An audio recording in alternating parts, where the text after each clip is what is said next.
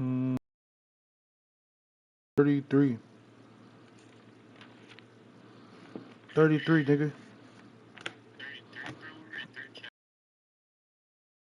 How many chapters is it in total? 50? 50.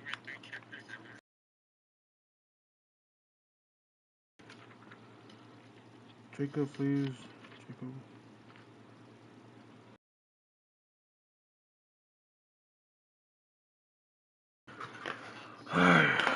Let me text Ford because he's at his girl's crib. His girl started tripping on him too.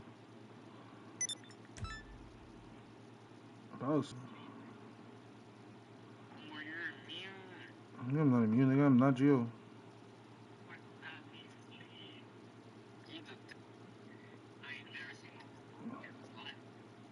No what?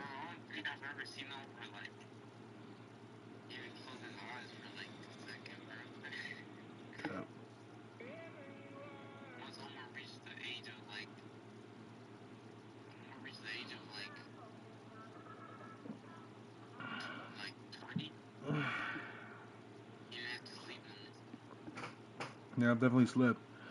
Let me text Crispy then. Kyle, do you remember the last stuff we read was? But okay, so Jacob, he left where he lived at because his brother wanted to kill him. You remember that? Oh my god, you don't remember anything, dude. Do you remember anything? What was the last thing you remember besides the wrestling god? Kyle?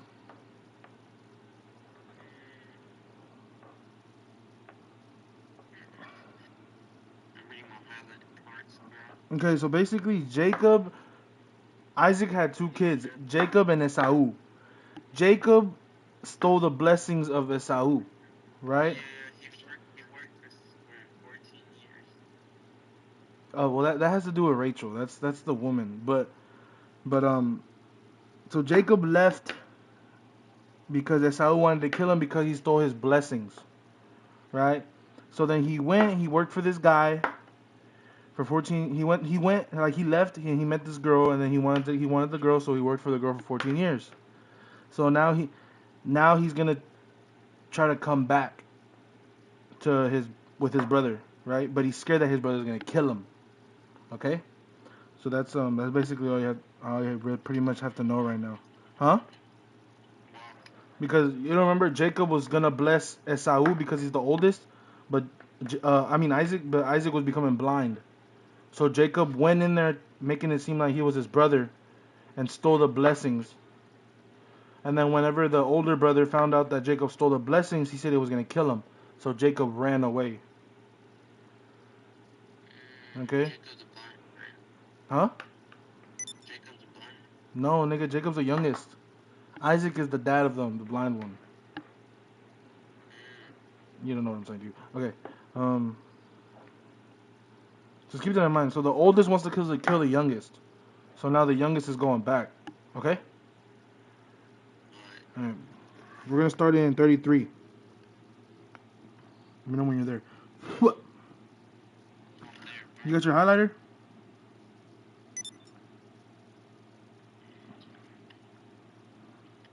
What was you and your girl talking about, man? Shit was not that interesting, bro.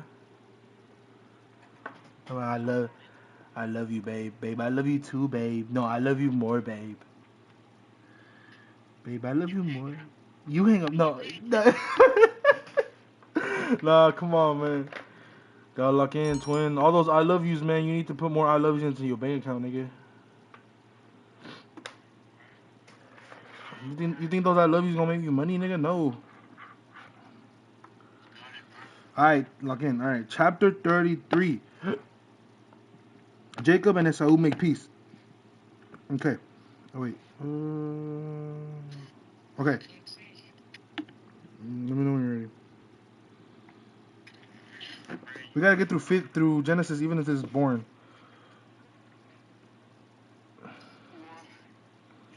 Cause I kind of want to get through Genesis, bro. We've been in Genesis for 2 weeks.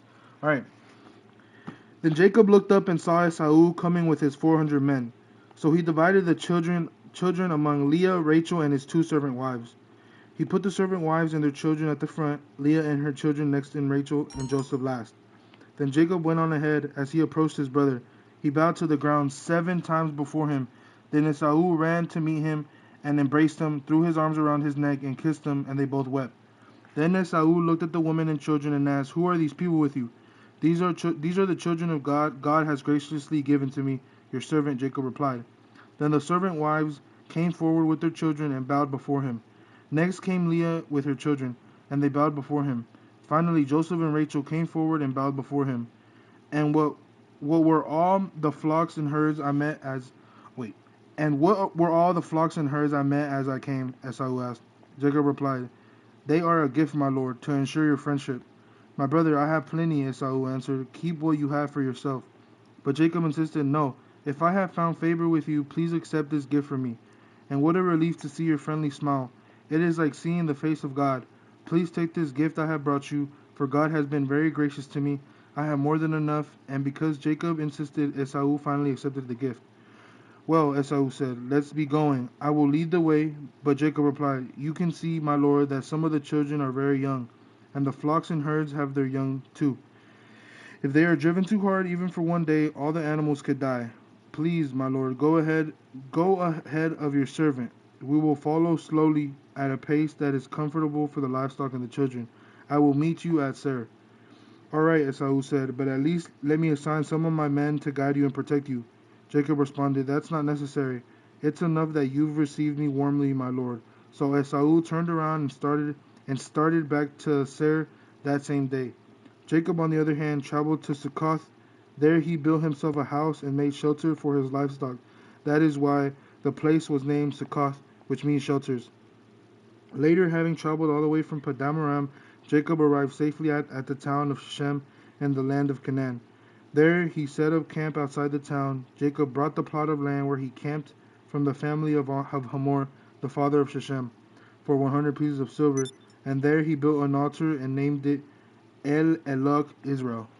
So this chapter, basically Jacob was scared to go back with his brother because he was scared that his brother still wanted to kill him.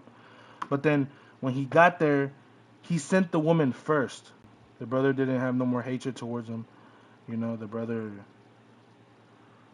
basically forgave him. So that was 33. Now 34. Huh? God of Israel? What you mean? Where did I read that at?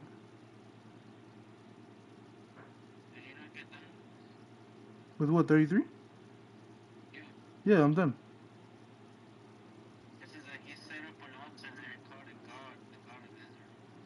Yeah, like, cause that you know what altars are, right? They're used to worship things, right? So that altar is just for God. It's just basically like showing that just this is Him. Cause you probably don't remember, but like God told Abraham that he was basically gonna be like the father of Israel. You know, like an altar is just like a representation. It's like if I was to like put like a statue in my room, it's just representing God. No, not a me, but just anything. It could be anything. You know, like some people do it for La Virgen, some people do it for like La Santa Muerte, some people do it for like Judas, the devil worshippers. They do it for devil, but like the altar, that's just God. It's meant for God. And then Israel. The reason he says Israel is because all of Abraham's descendants is basically like the beginning of Israel. All Genesis is talking about is like how the beginning of Israel came about. Like all the descendants. That's all Genesis is. Genesis is like the beginning of the world, how everything started, and then you said what? Yeah, like you're eventually gonna see, bro. Like the Hebrew Israelites, like it's their religion. They believe that only they go to heaven because God promised them that He was gonna save them, and the Jews are like the chosen people of God, right? And the Israels use Genesis and the Old Testament a lot because they believe that only the 12 tribes of Israel. If you don't come from that, they don't believe you're gonna be saved, and they think that it's only black people. They think all black people are like the chosen people of Israel, and they're gonna be saved. Yeah, but that's in the Old Testament. Like, because we need to keep reading. See, that's the problem is because we don't read. If you keep if you keep reading, you're gonna in Exodus, you're gonna see that Moses freed the Jews from the slave because they were slaves for Egypt. Like you're gonna see it eventually. The Jews were like God's chosen people because Abraham was the first prophet. Like, and then God promised to Abraham, like your people, like your ancestors and everything, they're gonna be like they're part of my covenant with you, And then, um, but then the reason they say that God's gonna save the Jews is because they were enslaved for 400 years. So, but you're gonna see that later on. Yeah, they were enslaved for 400 years by Egypt because remember the Abraham, Isaac, and Jacob, like them, they were whenever they left home, they were going towards Egypt. You know, so that's why they got enslaved by Egypt. If they would have went any other way, they probably would have been fine. But they specifically went towards Egypt because God told them, leave your town, leave your home, leave your people, and go find this promised land. Like he's like, don't worry about anything that happens. Like just go, like have faith in me. Um, and that's why they eventually got enslaved by Egypt because they ended up landing in Egypt. Um, yeah. So, yeah, I probably would, bro. Yeah. I mean, as long as I'm not confused, because God isn't the God of confusion. Like, there's gotta be purpose behind it, bro. Like, I feel like God is all knowing, so He would know what to tell me if He wants me to do something. It's like let's say I try to get you to do something, and like let's say I try to get you to break up with your girl. I'm gonna tell you, bro, you gotta break up with your girl, bro. Like, and you're gonna be like, why? I'm not gonna know what to tell you. I'm not gonna know how to convince you. But I feel like God, like if He tries to tell you to do something, He's gonna know what to tell you to listen. Like He's gonna be able to persuade you. He's not gonna tell you things and you're gonna be thinking and shit and be all confused. It's not like that. That's why I feel like if I seen a glowing figure right now come down and tell me leave your people, like leave your family, go do this, like have faith in me, even though you don't have shit, go. Like I feel like if I see that glowing light, I'm gonna assume it's God. So would you not? I mean, you don't got nothing. You literally gonna have like I don't know, like so. I mean, it's different for everybody. But what was I saying? Like like like I at least got a car to go sleep in, right? So if I see this glowing figure, he's like, leave, go here. I'm gonna be like, all right, I'm go. I at least have my car. But if he come down and tell you like, leave your family, leave your girl, leave all your friends, leave everything, even though you don't got shit, are you still gonna leave? It's gonna be kind of harder for you to do it. But back then, like their whole life was based around God. Like nowadays, people's lives is based around the world. They care more about they care more about what people think, what the world thinks about them. They care about living for the world. They don't care about God. They don't live for God. But like back then, it was different because back then everything was based off of God. Everything was based off of like just Yahweh, just Him. Now it's a lot different because people. Like you can hear some people like let's say like when we're talking about clothing, like sometimes people are like I don't want to wear it because people gonna think this, people gonna think that. Because they care about what the world thinks.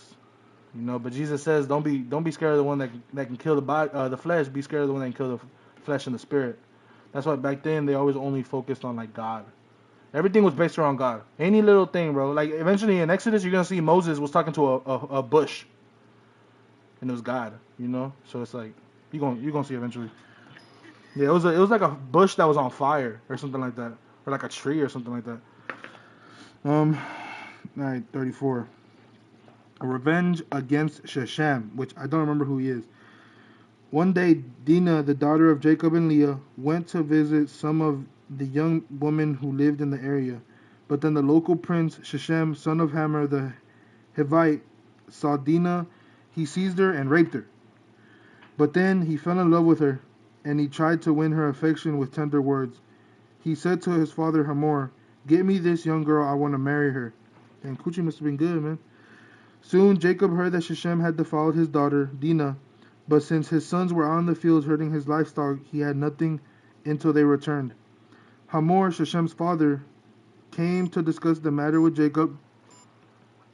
Um, Meanwhile, Jacob's sons had came in from the field as soon as they heard what had happened. They were shocked and furious that their sister had been raped. Shechem had done a disgraceful thing against Jacob's family, something that should have never been done. Hamor, Ham, Hamor tried to speak with Jacob and his sons. My son Shechem is truly in love with your daughter, he said. Please let him marry her. In fact, let's arrange other marriages too. You give us your daughters for our sons, and we will give you our daughters for your sons. And you may live among us. The land is open to you. Settle here and trade with us, and feel free to buy the property in the area. Then Shechem himself spoke to Dinah's father and brothers. Please be kind to me, and let me marry her, he begged. I will give you whatever you ask for. No matter what dowry or gift you demand, I will gladly pay it. Just give me the girl as my wife.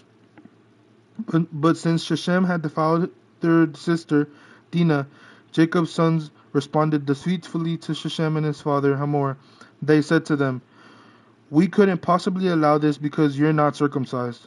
It would be a disgrace for our sisters to marry a man like you. But there is a solution. If every man among you will be circumcised like we are, then we will give you our daughters and will take your daughters for ourselves. We will live among you and become one people. But if you don't agree to be circumcised, we will take her and be on our way. Hamor and his son Shechem agreed to their proposal. Shechem wasted no time in acting on this request, for he wanted Jacob's daughter desperately. Shechem was a highly respected member of his family, and he went to his father Hamor to present the proposal to the leaders at the town gate. These men are our friends, they said. Let's invite them to live here among us and trade. All their livestock and possessions will eventually be ours. Come on, let's agree to their terms and let them settle here among us. So all the men in the town council agreed with Hamor and Shechem, and every male in the town was circumcised. But 3 days later, when their wounds were still sore, two of Jacob's sons, Simeon and Levi, who were Dinah's full brothers, took their swords and entered the town without opposition.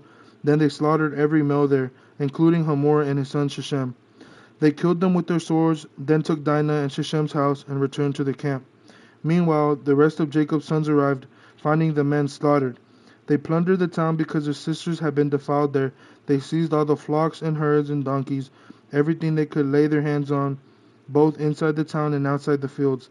They looted all their wealth and plundered their houses. They also took all their little children and wives and led them away as captives.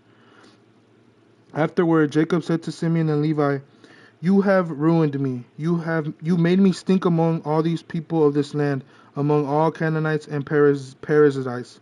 We are so few that they will join forces and crush us. I will be ruined, and my entire household will be wiped out. But why should we let him treat our daughters like a prostitute? They retorted angrily. All right, so do you know what happened? By who? Okay, summarize it for me. What happened? I just want to make sure you're understanding. Okay, I'll reiterate it. So basically, uh, one of Jacob's daughters went to town and met a guy, but then the guy raped her, right? But then the guy fell in love with her, and then yeah, in order because back then, bro, the girls they couldn't decide if they wanted to get married. It was up to the fathers, right? So then they got circumcised. They did everything that Jacob asked them to do, and then when after they did it, some of the brothers, because she had two full blood brothers, and then she had a couple half brothers. So then her two full brothers went and killed every guy, right? But like in the town. But Jacob had already agreed with the owner of the town, the leader, that they would be able to live there freely. Like they would be able to trade freely. They could just be there as regular people. And then the two brothers went and killed everybody, including the leader and the guy that raped the daughter. And then Jacob got mad because he said that people around the towns were gonna go and kill them, right? So that's what happened. Making sense? All right. Now 35.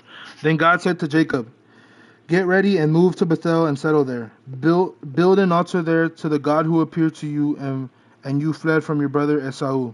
So Jacob told everyone in his household, Get rid of all your pagan idols, purify yourselves, and put clean clothing. We are now going to Bethel, where I will build an altar to the God who answered my prayers when I was in distress. He has been with me wherever I have gone."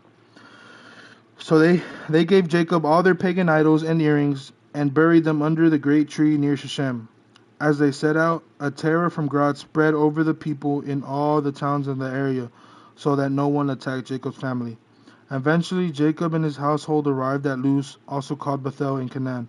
Jacob built an altar there and named the place El Bethel, which means God of Bethel, because God had appeared to him there when he was fleeing from his brother. So this is a prime example that as long as you, like for example, chapter 35, verse 2 to verse 4, this is a prime example that as long as you listen, you do what God tells you to do and what he has planned for you, he will make everything else work out.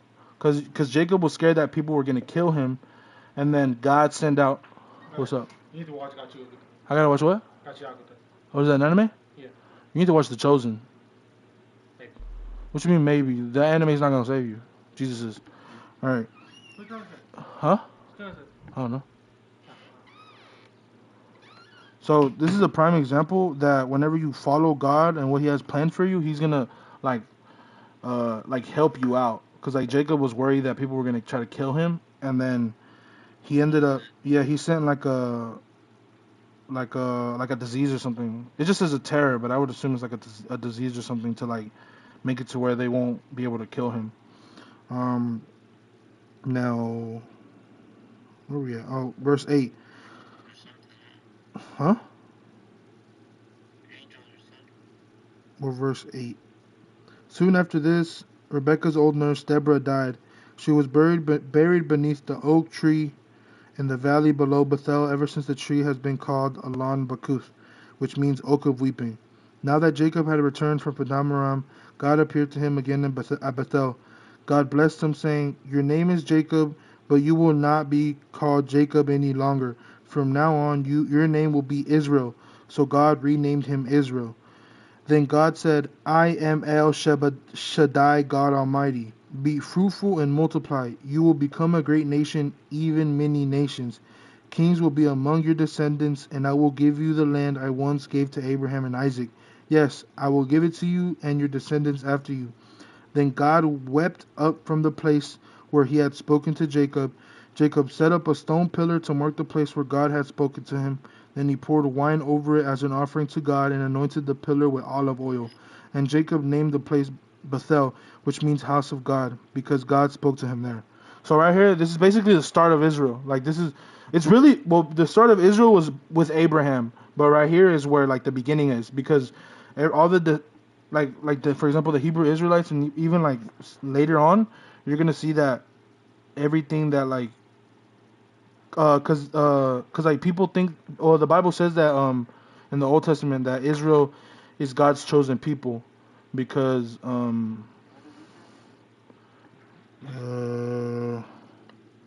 don't know. Does it say here? Where's this? I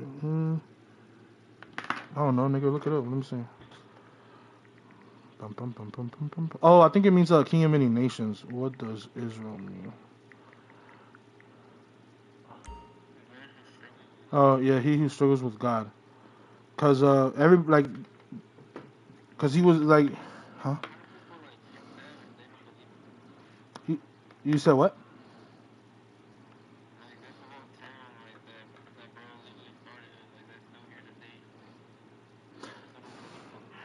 We gotta think about it. Back then, bro, they didn't have a Jesus figure.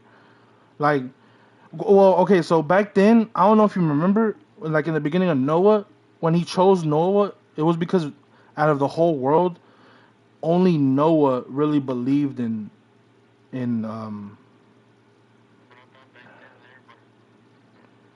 Yeah, but that's back then, like this family.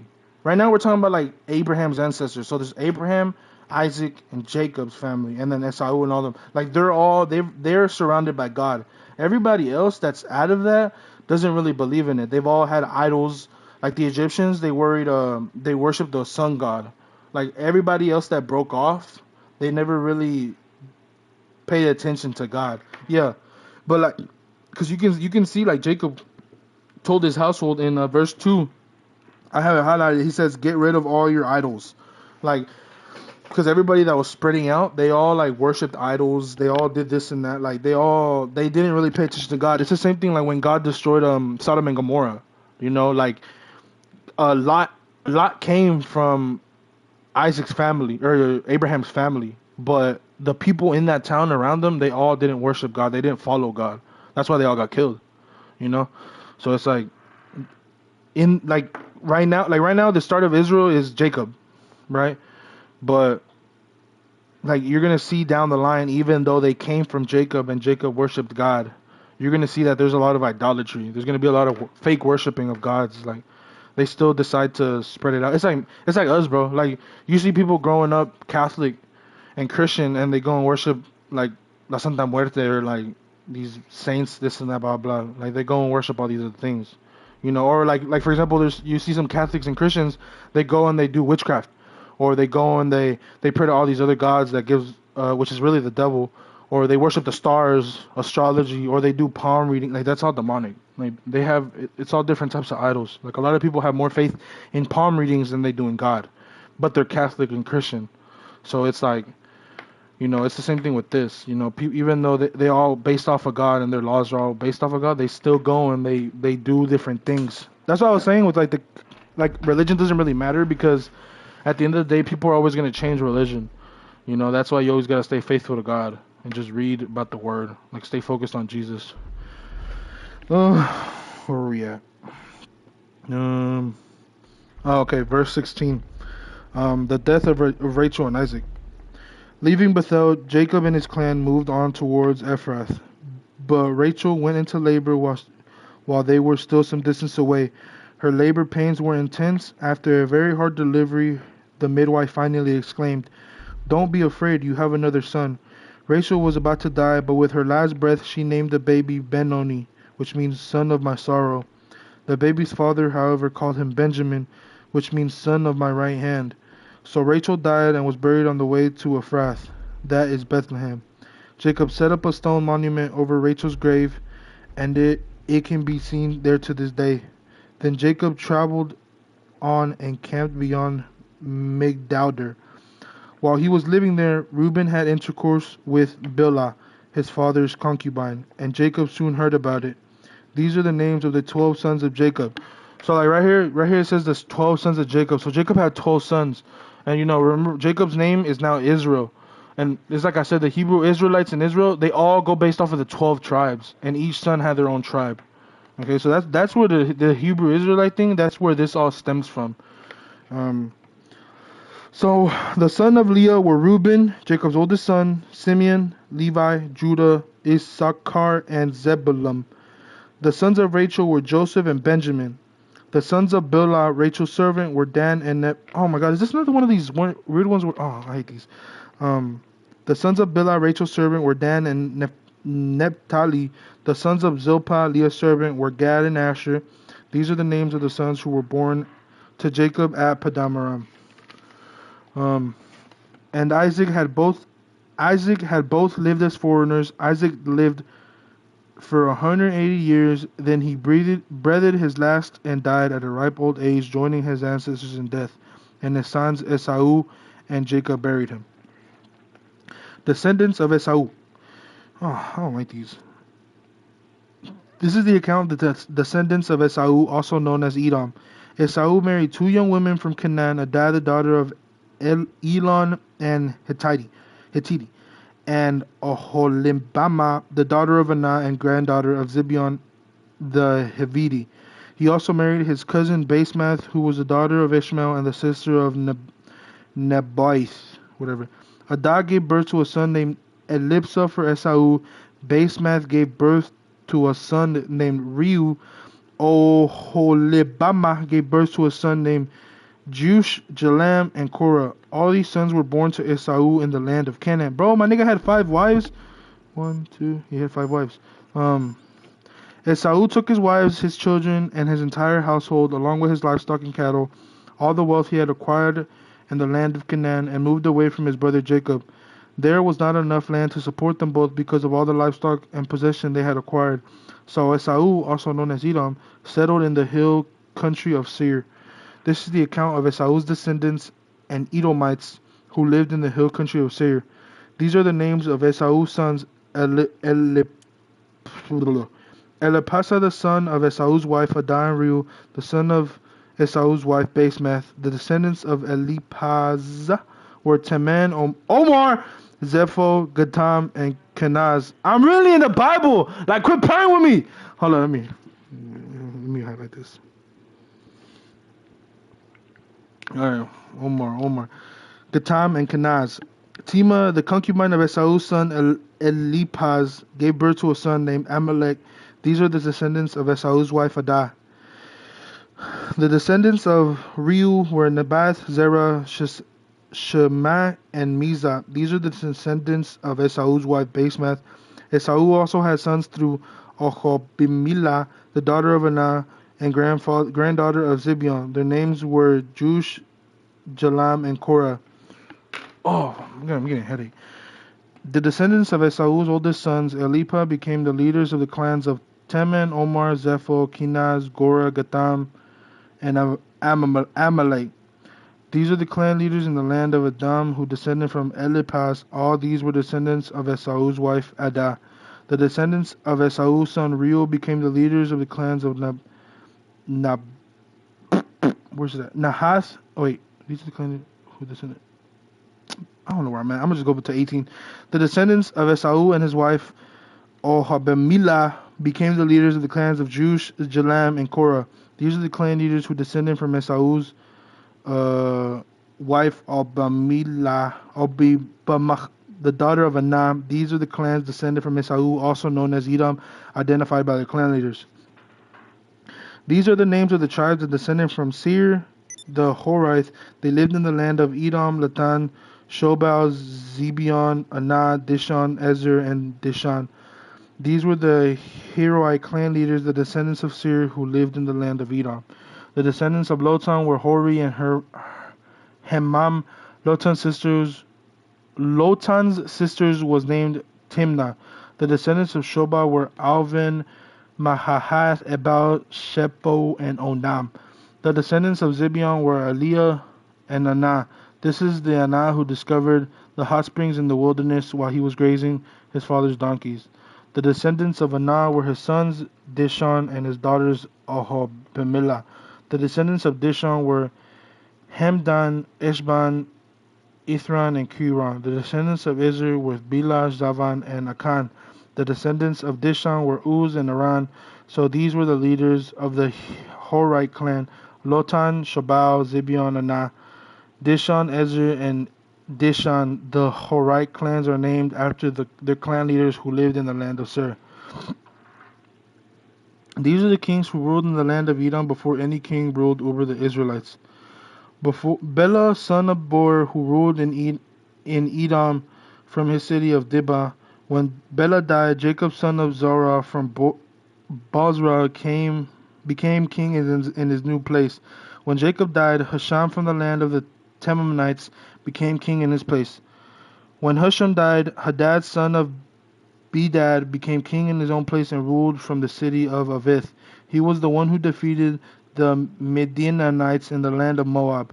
When Hadad died, Samlah from the city of Masrekah became king in his place. When Samlah died, Shaul from the city of Rehoboth on the river became king in his place. When Shaul died, Baal-Hanan, son of Akbor, became king in his place. When Baal-Hanan, son of Akbor, died, Hadad became the king in his place and ruled over the city of Pau. His wife was Methetabel, the daughter of Methred and granddaughter of Mezebah. These are the names of the leaders of the clans who descended from Esau, who lived in the places named for them: Tima, Alva, Jadeth, Ablem, Elah, Pinan, Kenaz, Teman, Mibzar, Magdiel, and Iram. These are the leaders of the clans of Edom, listed according to their settlements in the land they occupied. These are all descended from Esau, the ancestors of the Edomites. Lord have mercy, my head is hurting after that. Oh. Alright. Chapter 37. Joseph's dream. So Jacob settled again in the land of Canaan, where his father had lived as a foreigner. This is the account of Jacob and his family when Joseph was 17 years old. He often tended his father's flocks. He worked for his half-brothers, the sons of his father's wives, Bilzah and Zilpah. But Joseph reported to his father some of the bad things his brothers were doing. Jacob loved Joseph more than any of his other children because Joseph had been born to him in his old age. So one day Jacob had a special gift made for Joseph, a beautiful robe. But his brothers hated Joseph because their father loved him more than the rest. They couldn't say a kind word to him. One night Joseph had a dream, and when he told his brothers about it, they hated him more than ever. Listen to this dream, he said. We were going out in the field tying up bundles of grain. Suddenly, my bundle stood up, and your bundles all gathered around and bowed low before mine. His brothers responded, "So you think you will be our king, do you? Do you actually think you will reign over us?" And they hated him all the more because of his dreams and the way he talked about them. Soon Joseph had another dream, and again he told his brothers about it. "Listen, I have had another dream," he said. "The sun, moon, and 11 stars bowed low before me." This time he told the dream to his father as well as to his brothers, but his father scolded him. "What kind of dream is that?" he asked. "Will your mother and I and your brothers actually come and bow to the ground before you?" But while his brothers were jealous of Joseph, his father wondered what his dream meant. Soon after this, Joseph's brothers went to the pasture their father's flocks at Shechem. When they had been gone for some time, Jacob said to Joseph, "Your brothers are pasturing the sheep in Shechem. Get ready and I will send you to them." "I'm ready to go," Joseph replied. "Go and see how your brothers and the flocks are getting along," Jacob said. "Then come back and bring me a report." So Jacob sent him on his way, and Joseph traveled to Shechem from their home in the valley of Hebron. When he arrived there, a man from the area noticed him wandering around the countryside. "What are you looking for?" he asked. "I'm looking for my brothers," Joseph replied. "Do you know where they are pasturing their sheep?" "Yes," the man told him. "They have moved on from here, but I had heard them say, 'Let's go to Dothan.'" So Joseph followed his brothers to Dothan and found them there. Right. When Joseph's brothers saw him coming, they recognized him in the distance. As he approached, they made plans to kill him. "Here comes the dreamer," they said. "Come on, let's kill him and throw him into one of these cisterns. We can tell our father a wild animal has eaten him. Then we'll see what becomes of his dreams." But when Reuben heard of the scheme, he came to Joseph's rescue. "Let's not kill him," he said. Why should we shed any blood? Let's just throw him into the empty cistern here in the wilderness. Then he'll die without our laying a hand on him." Reuben was secretly planning to rescue Joseph and return him to his father. So when Joseph arrived, his brothers ripped off the beautiful robe he was wearing. Then they grabbed him and threw him into the cistern. Now the cistern was empty, there was no water in it. Then, just as they were sitting down to eat, they looked up and saw a caravan of camels in the distance coming towards them. It was a group of Ishmaelite traders taking a load of gum, balm, and aromatic resin from Gilead down to Egypt. Judah said to his brothers, "What will we gain by killing our brother?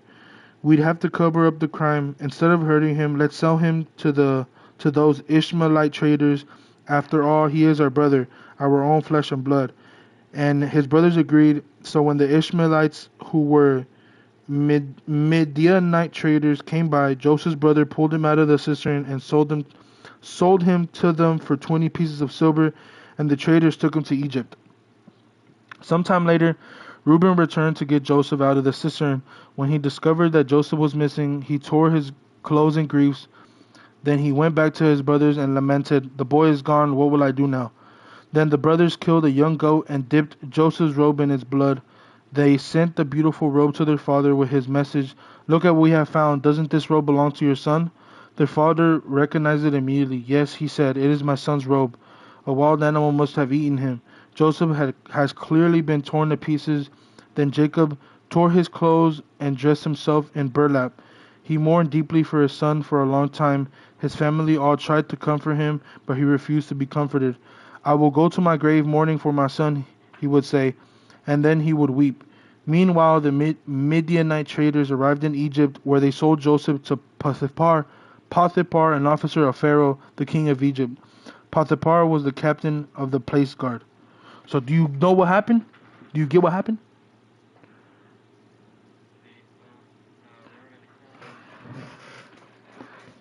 But why?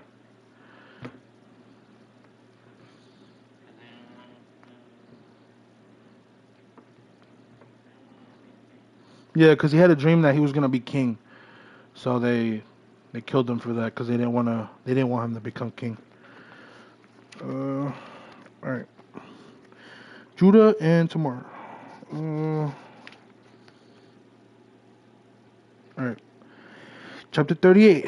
About this time, Judah left home and moved to Adullam, where he stayed with a man named Hirah. There he saw a Canaanite woman, the daughter of Shua, and he married her. When he slept with her, she became pregnant and gave birth to a son, and he named the boy Then she became pregnant again and gave birth to another son, and she named him Onan. And when she gave birth to a third son, she named him Shelah. At the time of Shelah's birth, they were living at Kazib. In the course of time, Judah arranged for his firstborn son Ered to marry a young woman named Tamar. But was a wicked man in the Lord's sight, so the Lord took his life.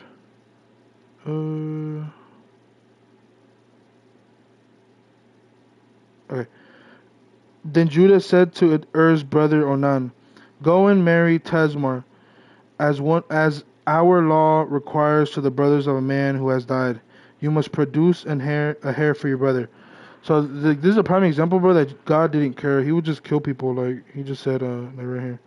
Um, in verse 6, in the course of time, Judah arranged for his firstborn son to marry a young woman named Tamar, but was a wicked man in the Lord's sight, so the Lord took his life. So God was just like, if he didn't, he would just kill people. And then verse 9, but Onan was not willing to have. You said what? Well, I mean, he wasn't that evil because he was gonna get married. This is a whole different person. This isn't Joseph. Joseph was 17 at the time. Like back during this time, Joseph was 17, but the guy that got killed, he's older. He's not 17. He's like a grown ass man. But he was wicked, and usually when in the Bible when it says wicked, it means they're evil, like they're full of sin. So so yeah, he just killed him. But you gotta think about it, bro. God, like in Exodus, like in the book of Exodus, bro, he went and he killed like a bunch of kids. God killed a bunch of kids, bro. You know, so it's like God didn't care. Like, well, I mean, he does care. He got his reasons for doing things, but um, like it didn't. Yeah, he killed kids because like, well, in Exodus, he was trying to prove to them that he was the guy. Well, he wasn't trying to prove anything. Like Moses told them that God was gonna come and do this, and they had to do this to save their kids. And a lot of people didn't do those things. So God was killing those kids because people doubted God and believed more in their gods that they believed in. You know, kind of like an idolatry, like they idoled other gods. Now verse 9. But Onan was not willing to have a child who would not be his own heir. So whenever he had intercourse with his brother's wife, he spilled the semen on the ground. Oh, this is actually good. Pay attention to this. So whenever he had intercourse with his brother's wife, he spilled the semen on the ground. This prevented her from having a child who would belong to his brother. But the Lord considered it evil for Onan to deny a child to his dead brother. So the Lord took Onan's life too. So this is actually one of the laws, bro. So in the old time, back then, it's a sin to waste your sperm, because it's like you're killing. It's like, but it's damn near the same thing as birth control. You know, because you're killing something. So every time we nut and we just throw it on a fucking tower or something like that, we're in God's eyes, we're committing murder. You know, so we like in the old times, because this is all Levitical law, like or Old Testament law, like this is full on murder, bro. Like he killed a man because he nutted on the floor. Think about that, nigga. Nowadays we nut like in toilet paper.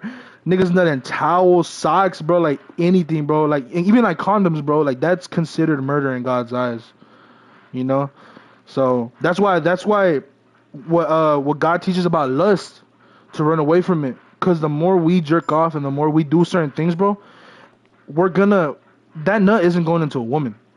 You know. So it's like it's going to waste, bro. And that's kids, bro. Like that's literally kids you can have. You know. So that's why God teaches to wait to have sex until marriage. And he also, like, people nowadays, you hear it all the time, bro, stop eating your meat, stop doing this, stop doing that. There's a reason for that. Because like this is what we do nowadays, bro, is literally considered murder. It's the same level as birth control, bro. And like you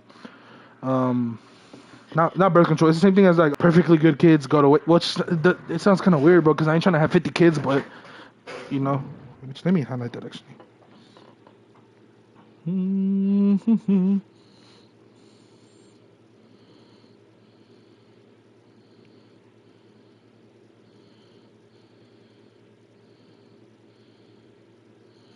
Oh no, and also like right here in verse 10.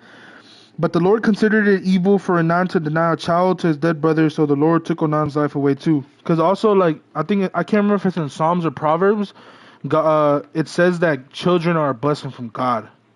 So right here he says he denied a child to his dead brother, so the Lord took Onan's life too. That's why, because kids are a blessing, you know. But a lot of people don't see it like that. A lot of people just don't want to have kids, or when they have kids, they deny the kids a lot. They are like Lord Chasan, all this shit. So verse 11. Then Judah said to Tamar, his daughter-in-law, go back to your parents' home and remain a widow until my son Shelah is old enough to marry you. But Judah didn't really intend to do this because he was afraid Shelah would also die like his two brothers. So Tamar went back to live in her father's home. Some years later, Judah's wife died. After the time of mourning was over, Judah and his friend Hira, the Adulamite, went up to Timnah to supervise the shearing of his sheep. Someone told Tamar, look, your father-in-law is going up to Timnah to shear his sheep. Tamar was aware that Shelah had grown up, but no arrangements had been made for her to come and marry him. So she changed out to her widow's clothing and covered herself with the veil to disguise herself. Then she sat beside the road at the entrance of the village to Enaim, which is on the road of Timnah. Judah noticed her and thought she was a prostitute, since she had covered her face. So he stopped and propositioned her. Let me have sex with you, he said, not realizing that she was his own daughter-in-law. How much will you pay to have sex with me? Tamar asked. This is good, bro. Listen. I'll send you a young goat from my flock, Judah promised. But what will you give me to guarantee that you will send the goat, she asked. What kind of guarantee do you want? He replied. She answered, leave me your identification seal and its cord and the walking stick you are carrying. So Judah gave them to her. Then he had intercourse with her, and she became pregnant. Afterwards, she went back home, took off her veil, and put on her widow's clothing as usual. Later, Judah asked his friend Hira, the Adulamite, to take the young goat to the woman and pick up the things he had given her as his guarantee. But Hira couldn't find her, so he asked the man who lived there, where can I find the shrine prostitute who was sitting beside the road at the entrance to Enaim? We've never had a shrine prostitute here, they replied. So Hira returned to Judah and told him, I couldn't find her anywhere, and the men of the village claimed they never had a shrine prostitute there. They let her keep the things I gave her, Judah said. I sent a young goat as we agreed, but you couldn't find her. We'd be in the laughing stock of the village if we went back again to look for her. About 3 months later, Judah was told Tamar, your daughter-in-law has acted like a prostitute, and now because of this, she's pregnant. Bring her out and let her be burned. Judah demanded, but as they were taking her out to kill her, she sent this message to her father-in-law. The man who owns these things made me pregnant. Look closely. Whose seal and cord and walking stick are these? Judah recognized them immediately and said, she is more righteous than I am, because I didn't arrange for her to marry my son Shelah. And Judah never slept with Tamar again. When the time came for Tamar to give birth, it was discovered that she was carrying twins. While she was in labor, one of the babies reached out his hand.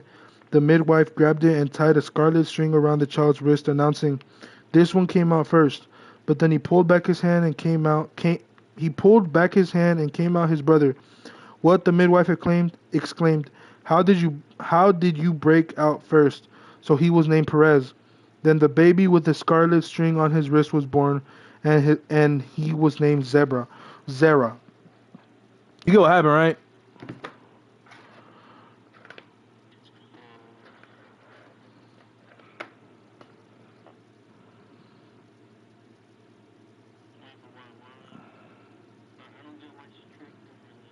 Cause she was just a prostitute. Like she just did that just cause out of sin. She just wanted to have sex. Like she put on like cause she fucked her her dad-in-law, right? But her dad-in-law didn't know because she covered her face. Because back then when girls would cover their faces, they were considered prostitutes. you know. So it's like, um, and then also like right here, like they were gonna. This is another example, bro. Back then, like prostitutes or like women like that were like hoes, they would kill them. And that's really where this started at. They would kill hoes or prostitutes or whatever. Yeah, but basically, yeah, she just wanted to have sex. Like she's just being a freaky ass nigga, you know. Um, uh, yeah, she just did it just cause and it was yeah, that's weird. Hold up. Hold up. Hold up.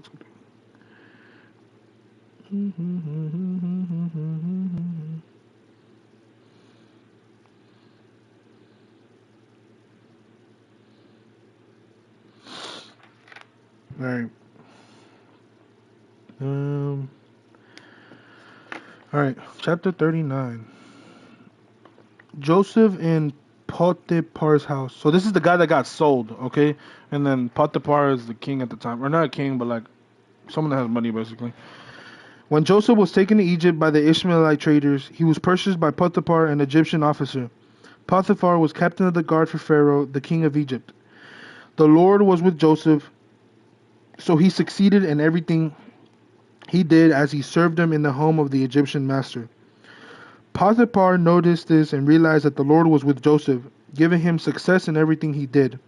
This pleased Potiphar. As soon as he made Joseph his personal attendant, he put him in charge of the entire household and everything he owned. From the day Joseph was put in charge of his master's household and property, the Lord began to bless Potiphar's household for Joseph's sake. All his household affairs ran smoothly, and his crops and livestock flourished. So Potiphar gave Joseph complete administrative responsibility over everything he owned. With Joseph there, he didn't worry about a thing except what kind of food to eat. Joseph was a very handsome and well-built young man, and Potiphar's wife soon began to look at him lustfully. "Come and sleep with me," she demanded. But Joseph refused. "Look," he told her, "my master trusts me with everything in his entire household. No one here has more authority than I do. He has held back from nothing from me except you. Because you are his wife, how could I do such a wicked thing? It would be a great sin against God." Give me a second.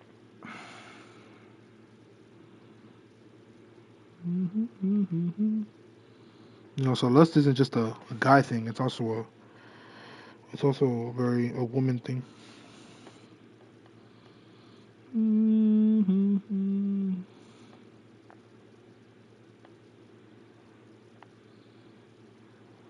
All right. She kept verse 10. She kept putting pressure on Joseph day after day, but he refused to sleep with her, and he kept out of her way as much as possible. One day, however, no one else was around when he went in to do his work. She came and grabbed him by his cloak, demanding, "Come on, sleep with me." Joseph tore himself away, but he left his cloak in her hand, and as he ran from the house. When she saw that she was holding his cloak and he had fled, she called out to the servants. Soon all the men came running. "Look," she said, "my husband has brought this Hebrew slave here to make fools of us. He came into my room to rape me." But I screamed. When he heard me scream, he ran outside and got away, but he left his cloak behind with me. She kept the cloak with her until her husband came home, but she told him her story. The Hebrew slave you brought into the house tried to come in and fool around with me," she said. "But when I screamed, he ran outside, leaving his cloak with me." Potiphar was furious when he heard his wife's story about how Joseph had treated her. So he took Joseph and threw him into the prison where the king's prisoners were held, and there he remained. But the Lord was with Joseph in the prison and showed him his faithful love. And the Lord made Joseph a favorite with the prison warden. Before long, the warden put Joseph in charge of all the other prisoners and over everything that happened in the prison. The warden had no more worries because Joseph took care of everything. The Lord was with him and caused everything he did to succeed. So it's like I said, bro. These are just prime examples of how, like, if God is with you, bro, you cannot fail. You know, like, but it's because they have God with them. Yeah, she lied. Like, cause she wanted to have sex with him. He didn't want to have sex, so she lied. You know, and basically like cause he had everything. He like basically he ruled like that thing he was in and that like his household. He took care of everything. And then what was I saying? Jill threw me off. And then Damn, Joe, you threw me off. Yeah, and then like all that was taken because she was just sinning, you know. Um, where we at?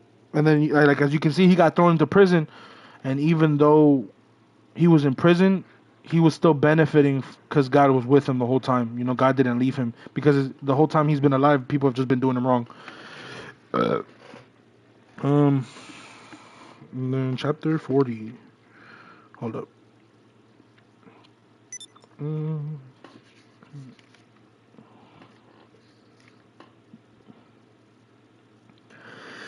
all right, chat.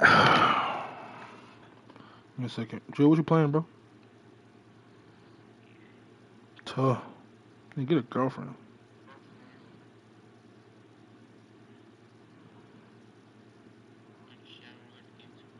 What time? Tuh. All right, we gotta finish this off. Sometime after, Pharaoh's chief cupbearer and chief baker offended the royal master.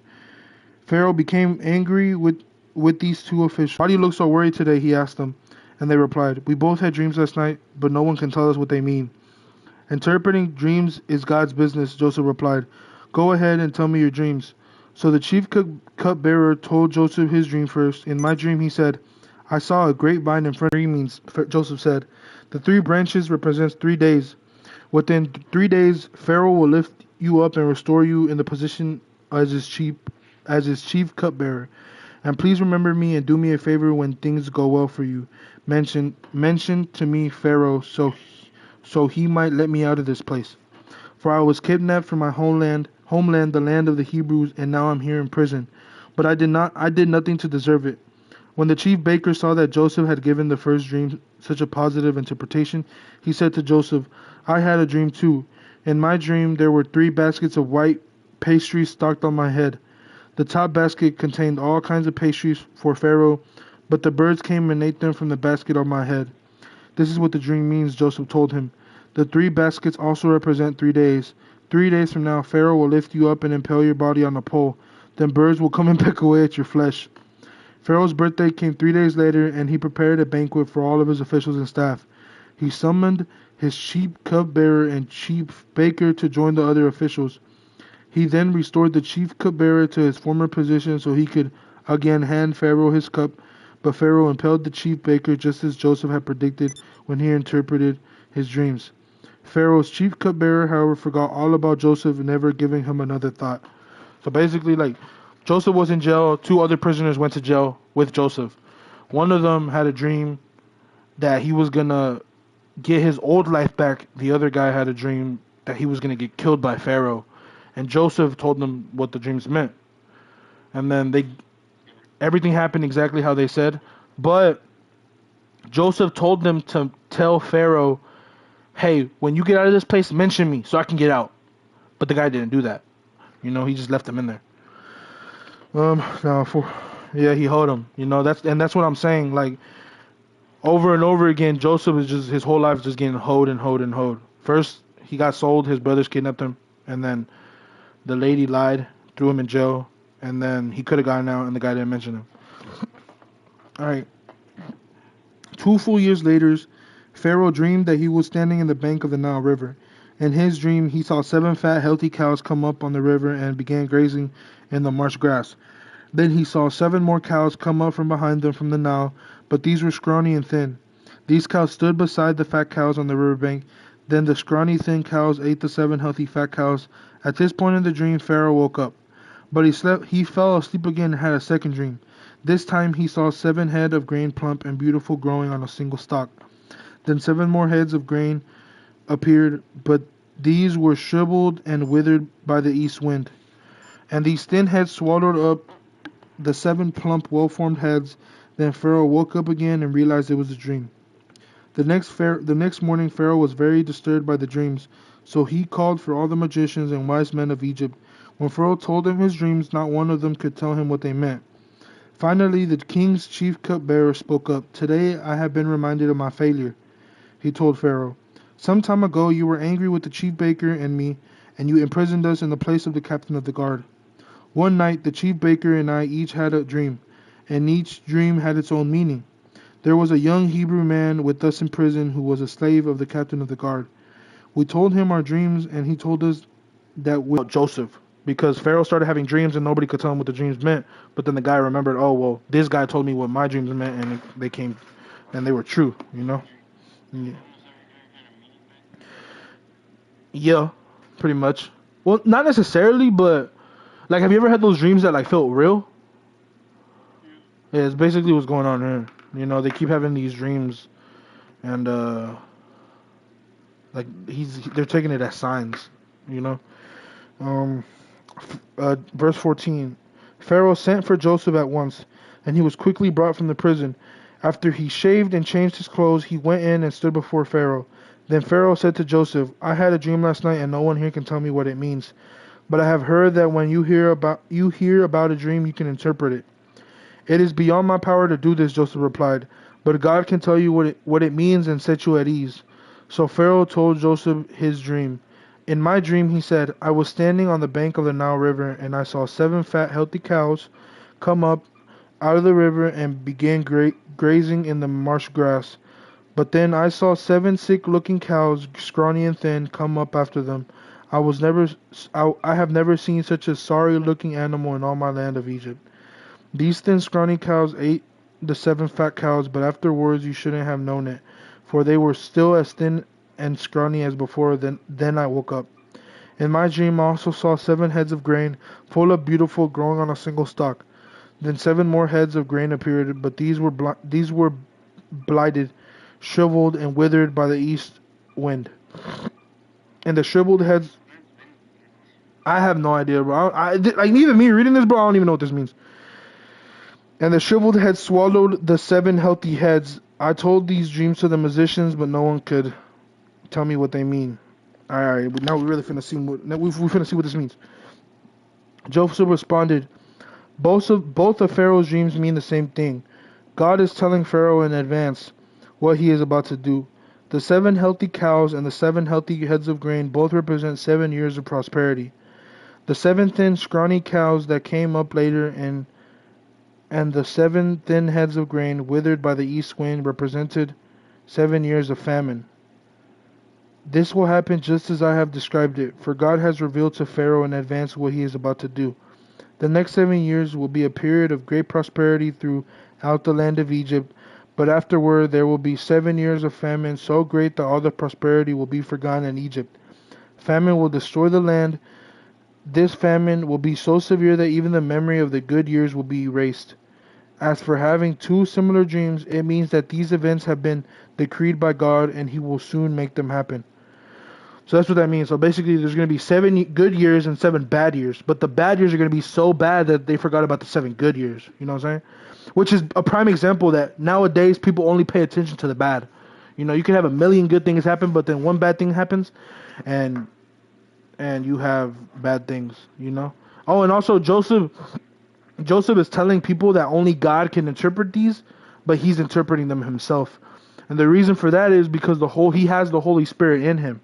You know, that's why I tell people God is in everybody. Like the Holy Spirit, everybody has the Holy Spirit. You know, it's just whether up to you if you want to accept it or not. So that's what that means too. He doesn't literally mean he's God. He has the Holy Spirit in him.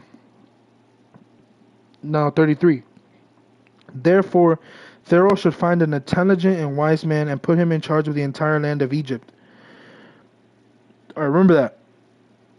Therefore, Pharaoh should find an intelligent and wise man and put him in charge of the entire land of Egypt. Do you remember what's been happening in Joseph's life the whole time? Keep that. Remember that. Okay. Then Pharaoh should have. Hold up. Oh, fuck, it's Hood. Give me a second. Hood, it better not be you outside. Oh, my fucking god. Why didn't you text me? Oh, sorry. You good? What it do, fight, cool? What it do, bro? What the fuck? What? Why we not at the casino? I was gonna go, but... Oh, yeah. You need a chair, bro? I got this, Here. You went with your girlfriend long, nigga? You won't with your girlfriend long? So you just pulled up just for her to fall asleep? She fall asleep. For real? Surprised you didn't fall asleep, nigga. Bro, we're ahead like 20 chapters, dog. Where you at? Well, is that the CSB? Yeah. What? Best, I'm gonna order one. The note-taking one? Yeah, I do want to find one, but I can't find one on Amazon. Oh, I brought my phone. I left my phone in there. No way. I did. Look at my phone. Alright, here we go.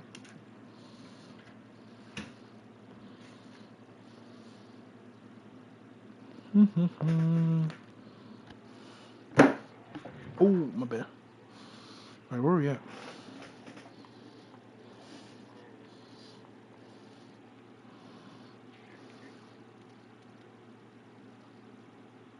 Alright, hold up.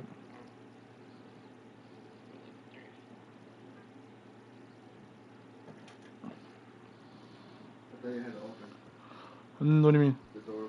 Oh. Alright, hold on. We gonna have to reread, but let me finish this chapter with Gal, and then I think Gal said he's sleeping. Gal, we're just gonna finish this chapter, bro, and then I'm gonna reread with Gal, with Hood. Guys sleeping? Unless you wanna stay and listen. What?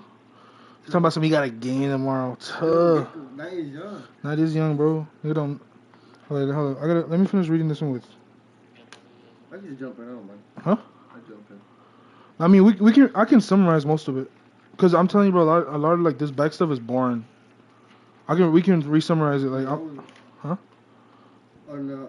We stopped at 33, or where were you at? I'm not right here. You're 36. 36. One of these two. Who's we? Oh, I me. That's where you finished at? Yeah, I read more when y'all stopped. Okay, you're not that far behind then. Alright, okay, hold up. Let me read this last paragraph with Gal, and then you can go to sleep. 33. Go to well, we're at 41. We're on the last paragraph of that. So just read that with us, and then we'll go back.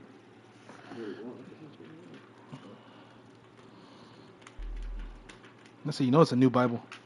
Damn, nigga, you ain't got 41? Yo, they took my way. Bro, you missing the whole chapter, bro. Where you at, 40? Are you sure you don't got an extra page? Yo, Bro, what's the last thing over here? Yeah, go to 40:22. What, me? Bro, you deadass don't have 41? And this the CBS one. Bro, there's no way. It's the CBS. CSB, nigga. CSB. Bro, there's no way.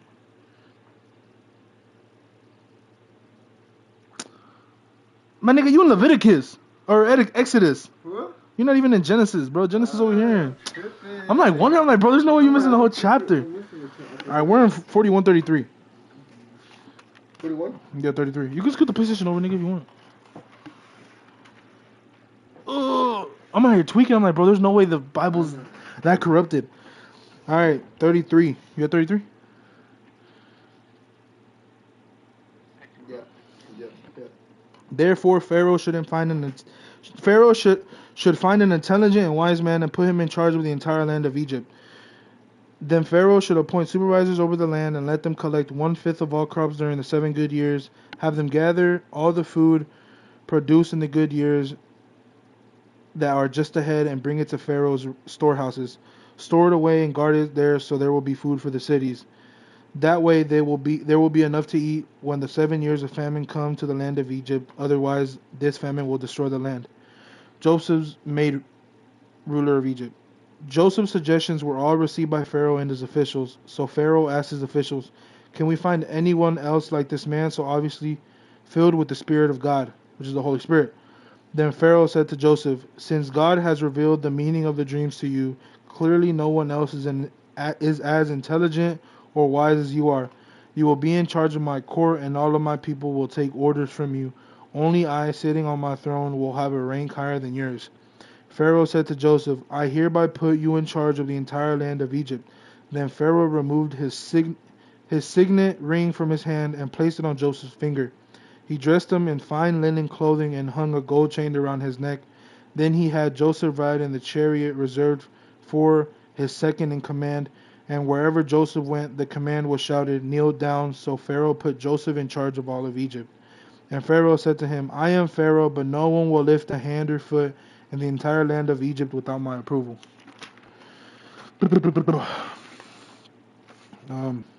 Then Pharaoh gave Joseph a new Egyptian name, Zebnenath-paneah. He also gave him a wife whose name was Asenath. She was the daughter of Potipharah, the priest of On. So Joseph took charge of the entire land of Egypt.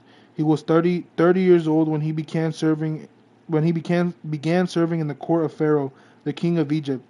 And when Joseph left Pharaoh's presence, he inspected the entire land of Egypt. As he predicted, for 7 years the land produced bumper crops. During those years, Joseph gathered all the crops grown in Egypt and stored the grain from the surrounding fields in the cities.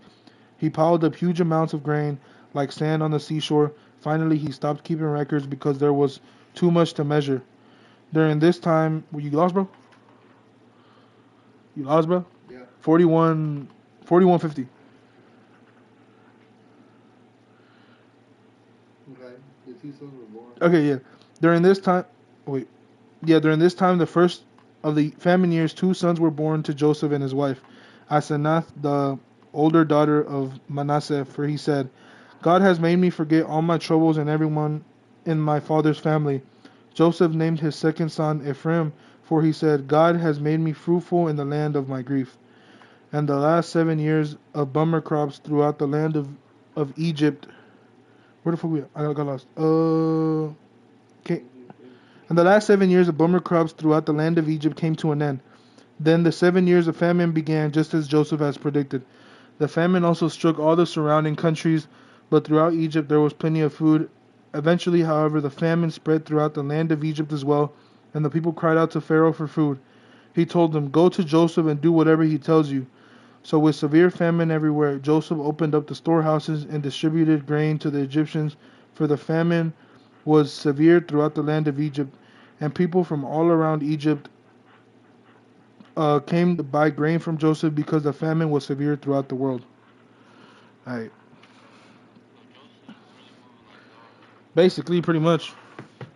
Cause you can't hear Go, but cause we gotta reread it. But yeah, Go, he was. You said you were work. Who? Alright, Go, you got any questions, bro? We'll just leave it at there with you. I'll restart with Hood. Alright, you finna head up? Huh? It's in my KGV. Alright, Go. What was the last thing you remember? Alright, bro. You got a soccer game. What was the last thing you remember?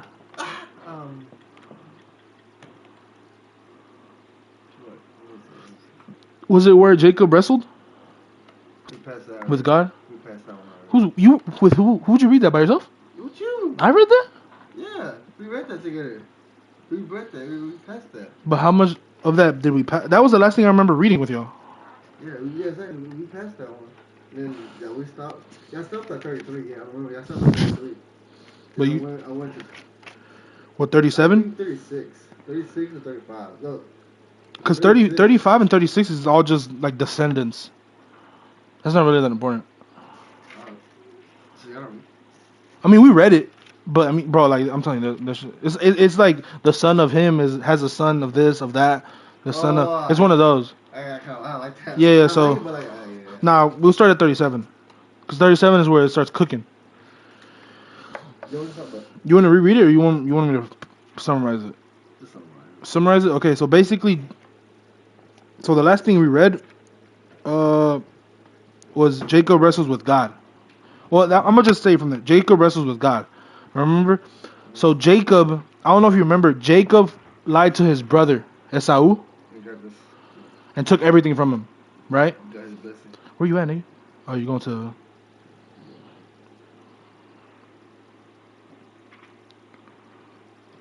This nigga.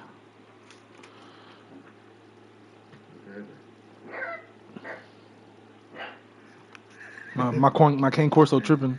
¿Qué traes, güey? Bro, okay. So basically, so Jacob, where we at? Okay, you know what? We're gonna reread it, but I'm gonna skip 35 and 36 because that is extremely boring. Coco, siéntate, nigga. 35, 35, 36? Start at 33. 33? Oh wait, well, actually, no, 37. 36. This is all good information, but it's just like that, You like got a this. Bible that matches yours? The mesh is this one. Yeah. Because I mean, I can read from the CSB. I can just put it up on my phone. It's the same thing. Coco, stop. like, it tells you like everything is, but like, it's not like in order what you read, like different words, like where how to put them. Maybe you want that? I'll just read it through my phone. It should be the same thing for the most part. That's how I be with my KGB book. Like, Oh, they don't even got the. Oh, they do. Let me see if I got the CSB. see, let me see what kind of book you get. I got the NLT. It's the Oh, most common one. NLT. Yeah. That's why. I thought you got CBS. CSB, no, that's the one Gal has. Oh, I had one. I gave it to Gal.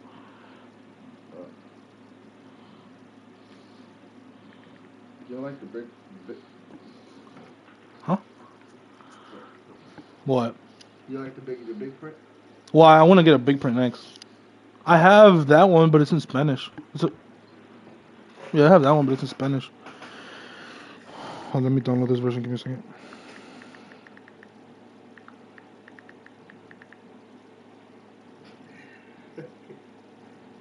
What?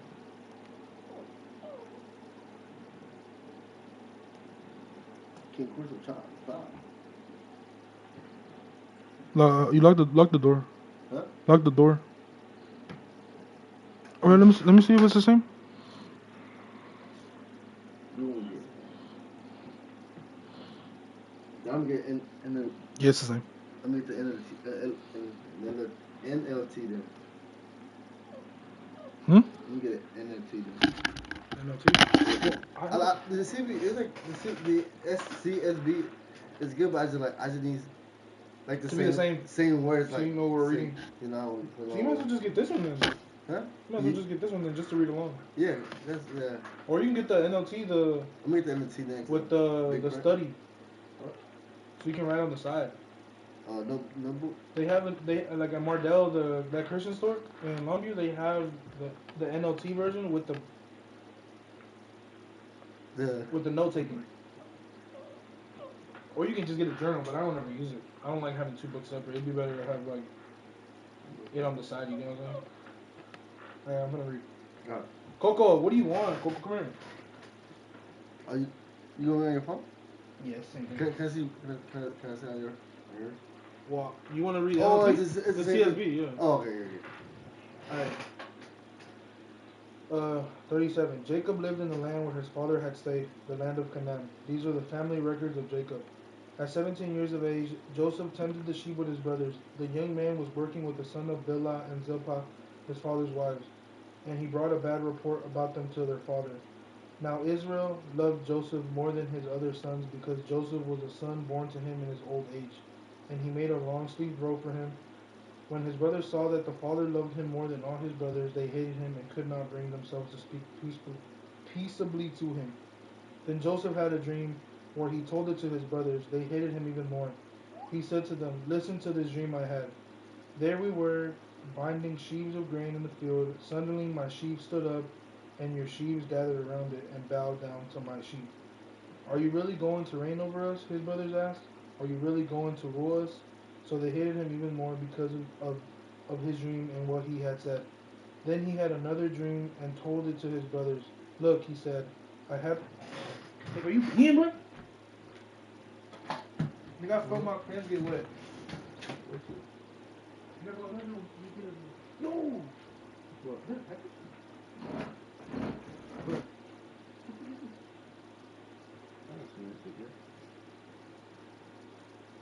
It's a bomb. Who ordered this? Lululemon. Oh. for a good minute.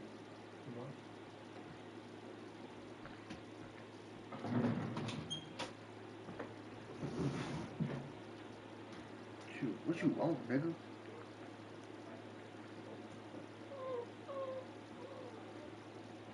Pokemon cards. Touch. Now that I'm reading the CSV version, bro, this one's more accurate. I think this one's better. This is a journal. Alright. Then he had verse 9. Then he had another dream and told it to his brothers. Look, he said, I had another dream. Here. What's up, It was just him. What'd you get? Pokemon card? No, not Pokemon card. A wallet. That would be cool too. No. That's probably an anime card. It is. That's fine. Fine. Is Goku? No. If it ain't Goku, Bro, if it's not Goku, what are you doing, bro? boy. One Piece? Let's go. You want some cards? Some card sleeves? Oh yeah. You want some? Yeah. How much are they? We'll go buy some. There you go. No, yeah, you should go. Are they even real? Not a pick. Down my AliExpress, what do you expect? I'm about to say, bro, if they really worth money, ain't no way. Ain't no way you wait for a lot of money. Because they don't have 5,000. What do you call that? Fuck. You can't even see what they are. You should just order the Luffy one. Nah, these are cool. These are the ones made by JJ and for One Piece Type. For the G. Here, look. What are these? One Piece. The Gorosei. A fish, Fish. a little fish, They look like fish. a little dragon, a dragon, 2 dragons, 3 fishes. Dang, none of them are fish. I never watched One Piece, but supposedly it's good though. Here we got Yeah, bro, you want to catch up on it, bro? It's only 1,000. we got a spider bull, skeleton horse, sandworm. I thought the first two were the same one. They're not the same thing? No, They all look like the same thing, just different. Yeah. no, they're different. What you Skeleton eating, bull, cuz? skeleton horse. No, this is a bull spider. This skeleton horse, sandworm. Can't see anything. I forgot what this is called. It's just like a bird dragon. And that's what's it called? A giant boar. You can't even tell what it is, bro. Alright, bro, we're trying to lock anyone. I didn't realize they came today. Alright, verse 9. Then he had another dream and told his brothers, Look, he said, I had another dream, and this time the sun, moon, and 11 stars were bowing down to me. He told his father and brothers, and his father rebuked him. What kind of dream is this that you have had? He said, Am I and your mother and your brothers really going to bow down to him to the ground before you? His brothers were jealous of him, but his father kept the matter in mind. His brothers had gone to pasture their father's flock at Shechem. Israel told Joseph, Your brothers, you know, are pasturing the flock at Shechem. Get ready, I'm sending you to them. I'm ready, Joseph replied. Then Israel said to him, Go and see how your brothers in the flocks are doing, and bring word back to me. So he sent him from the Hebron valley, and he went to Shechem. A man found him there, wandering in the field, and asked him, What are you looking for? I'm looking for my brothers, Joseph said. Can you tell me where they are pasturing their flocks? They've moved on from here, the man said. I heard them say, Let's go to Dothan. So Joseph set out. Go, I'm gonna take you outside, bro. They moved on from here, the man said. I heard them say, Let's go to Dothan. So Joseph set out after his brothers and found them at Dothan. They saw him in the distance, and before he had reached them, they plotted to kill him. They said to one another, Oh look, here comes the dream expert. So now come on, let's kill him and throw him into one of the pits. We can say that a vicious animal ate him, then we'll see what becomes of his dreams. When Reuben heard this, he tried to save him from them. He said, Let's not take his life. Reuben also said that to them. Don't shed blood. Throw him into this pit in the wilderness, but don't lay a hand on him, intending to rescue him from them and return to his father. When Joseph came to his brothers, they stripped off Joseph's robe, the long-sleeved robe that he had on. Then they took him and threw him into the pit. The pit was empty without water.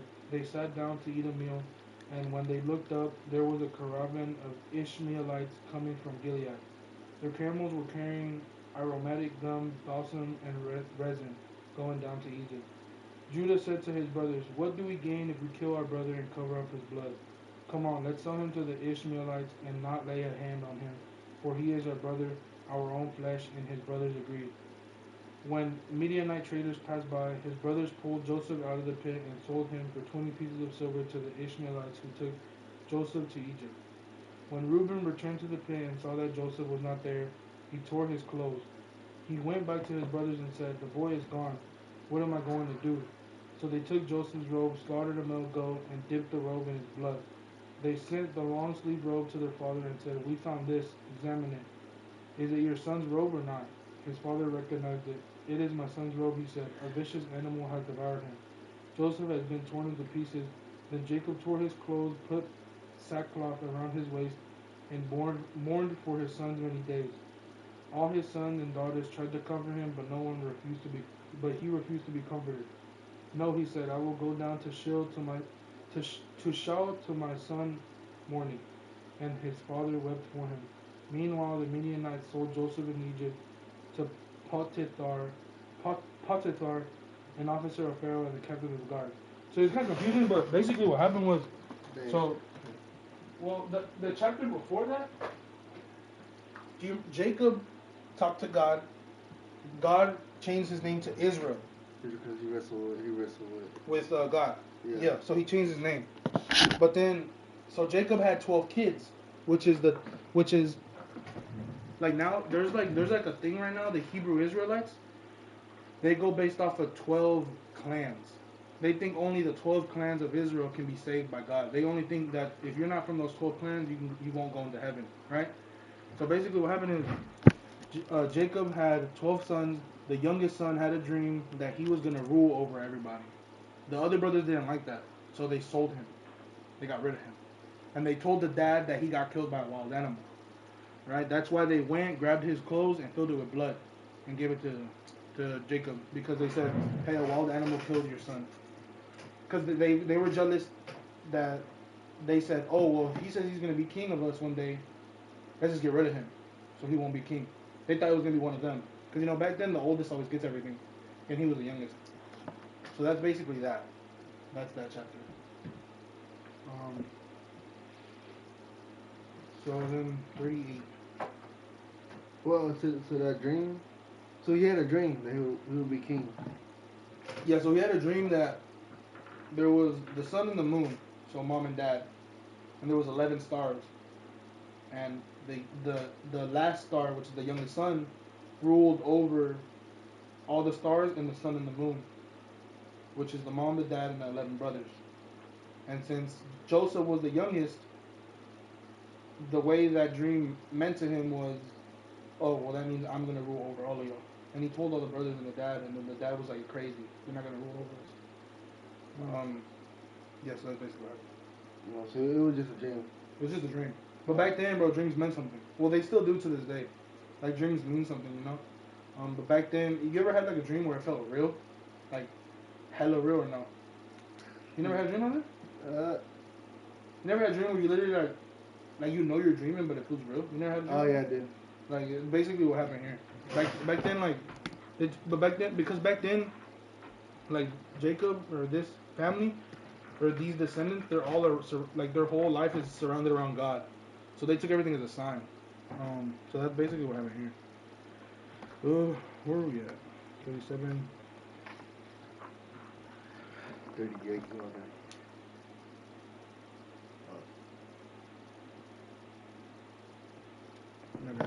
38. Okay.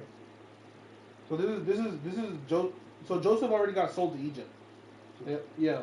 Because they were gonna kill him, and then instead of killing him, they threw him in a hole, left him there, and then some Egypt traders came, so they sold the brother to the Egypt traders. So then the brother Joseph, he got taken away already. This is a whole other. This is one of his brothers. This next chapter has to do with his brothers. At that time, Judah left his brothers and settled near a Dolomite named Haran. There, Judah saw the daughter of Canaanite named Shua, He took her as a wife and slept with her. She conceived and gave birth to a son and named him She con- she conceived again, gave birth to a son named him Onan. She gave birth to another son and named him Shelah. It was at Chesed that she gave birth to him.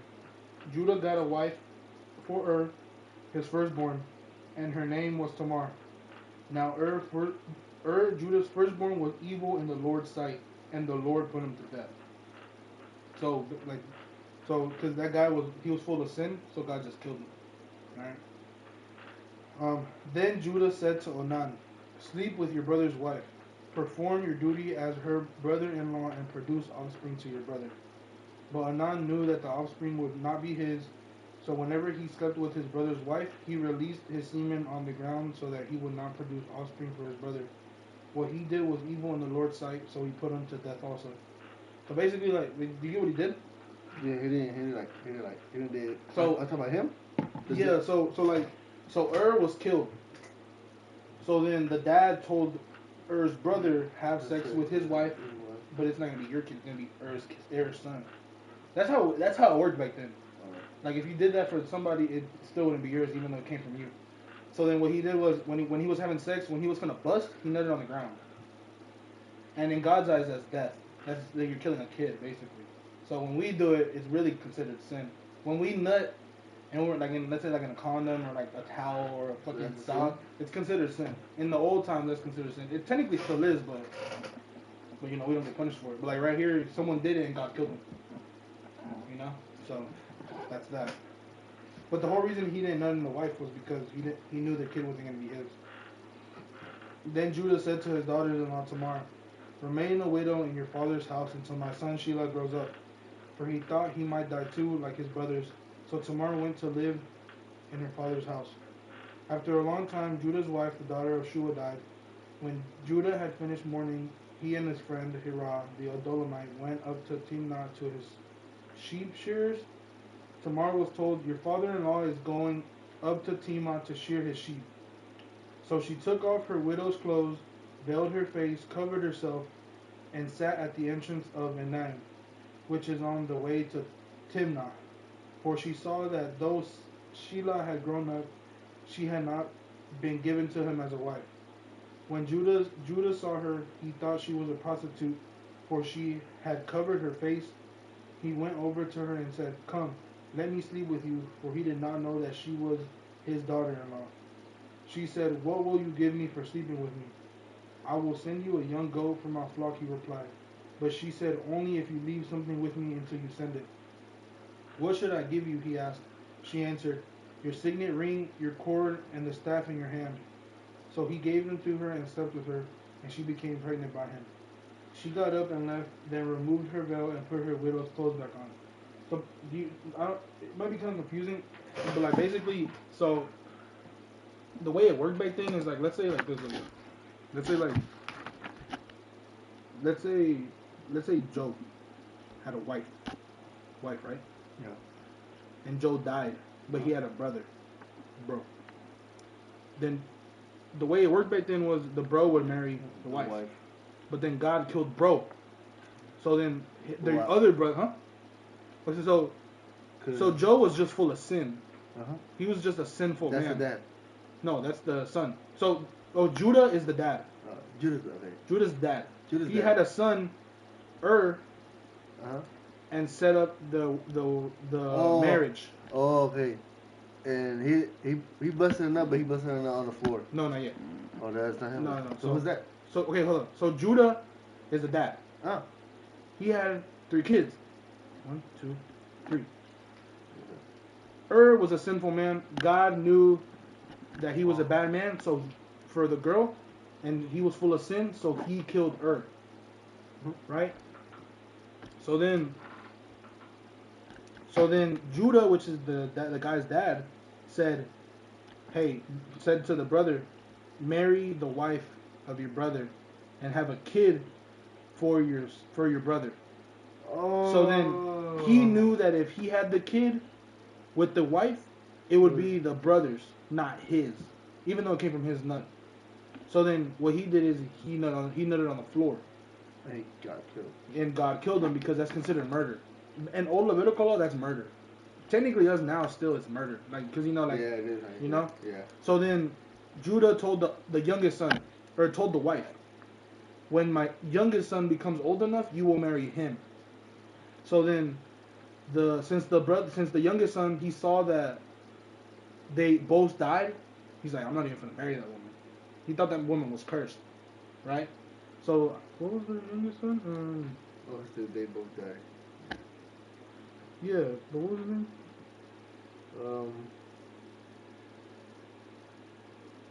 Wait. Tamar? That one? No, Tamar's the wife. Shalel. Son Shalel grows up and he thought he might die, took his brother. Shalel? Oh, wait, I'm trying to think. Oh, Sheila. Sheila. That's the youngest son. So Sheila didn't want to marry the wife because he said, if my two brothers died trying to marry her, I'm going to die next. So he didn't want to do it, right? So she just stayed a widow. Do you know what a widow is? So it's like, let's say like someone's married and their husband dies, then that lady's a widow. She's by herself? She's by herself. She's not allowed to marry.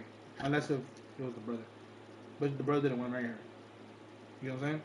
So that's what happened basically. So she was a widow. So back then, widows, they were dressed in all white. That's what, right? So basically, she was upset that she was going to be alone her whole life. And she didn't have no kids. She wasn't able to have no kids. But then Judah's wife, his wife, the father-in-law, is kind of confusing, isn't it? So, am I making sense? Judah, and that's Judah's wife. Yes. That's Judah's wife. Yes. And then that's her, the father-in-law, and the mother-in-law. Yeah. Okay. So then, Judah's wife died. So he was sad.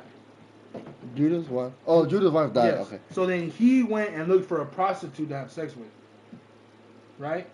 So the wife, she heard that he was going to go look for a prostitute. So she decided to dress like a prostitute. So back then, prostitutes would cover their face. So that's what she did. So she went and basically dressed like a prostitute, and then he went and looked for a prostitute, and they had sex. The guy had sex with the wife. And he didn't know. He didn't know. She knew. He didn't know. You know what I'm saying? Yeah. But the reason she had sex with him was because back then, you could keep having kids even if your husband died, but it had to be with the same bloodline, basically. Yeah. So that's that. Is that making sense? Yeah. Okay. So that's that. So now we're gonna keep reading. Okay. So let's start 18 or 20. Or 18 or no, go to 19. 16. 16? 16. Back, we go back up? Yeah. He went over and said, "Come on, let me sleep with you." That's Judah asking the wife. Oh, wow. For he did not know that she was his daughter-in-law. She said, "What will you give me for sleeping with me?" "I will send you a young goat from my flock," he replied. But she said, "Only if you leave something with me until you send it." "What should I give you?" he asked. She answered, "Your signet ring, your cord, and the staff in your hand." So he gave them to her and slept with her, and she became pregnant by him. She got up and left, then removed her veil and put her widow's clothes back on. So like, she took it off and she put her widow clothes back on. Correct, yeah. When Judah sent the young goat by his friend, the Adullamite, in order to give back the items he had left with the woman, he could not find her. Oh, so right there, that part. So back then you had to give the prostitute something. Back then it wasn't money. So back then it was like something you own. Yeah, so back then they worshiped, but they prized like animals. So Judah told the prostitute, "I will give you a goat when it's born," like a goat. But then the wife was like, "Well, you gotta give me something until I can get that goat." So Judah gave him a ring, a stick, and a lasso, kind of like a belt. And then whenever the goat was born, she would give him the stuff back. You get what I'm saying? Kind of like an exchange, you know? Mm-hmm. So verse 21. He asked the man of the place, "Where is the co-prostitute who was beside the road of Enaim?" "There has been no co-prostitute here," they answered. So the Adullamite returned to Judah, saying, "I could not find her, and besides, the men of this place said, there has been no co-prostitute here." Judah replied, "Let her keep the animals for herself. Otherwise, we will become a laughing stock. After all, I did send this young goat, but you couldn't find her." After 3 months later, Judah was told, "Your daughter-in-law Tamar has been acting like a prostitute, and now she is pregnant." Verse 25. As she was being brought out, she sent her father-in-law this message: "I am pregnant by the man to whom these items belong." And she added, "Examine them. Whose signet ring, cord, and staff are these?"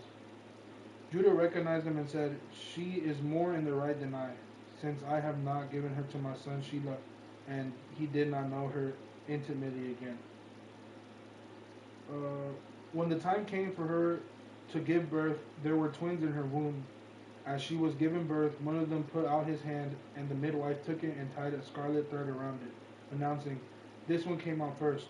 But then he pulled his hand back, and out came his brother, and she said, "What a breakout you have made for yourself." So he was named Perez.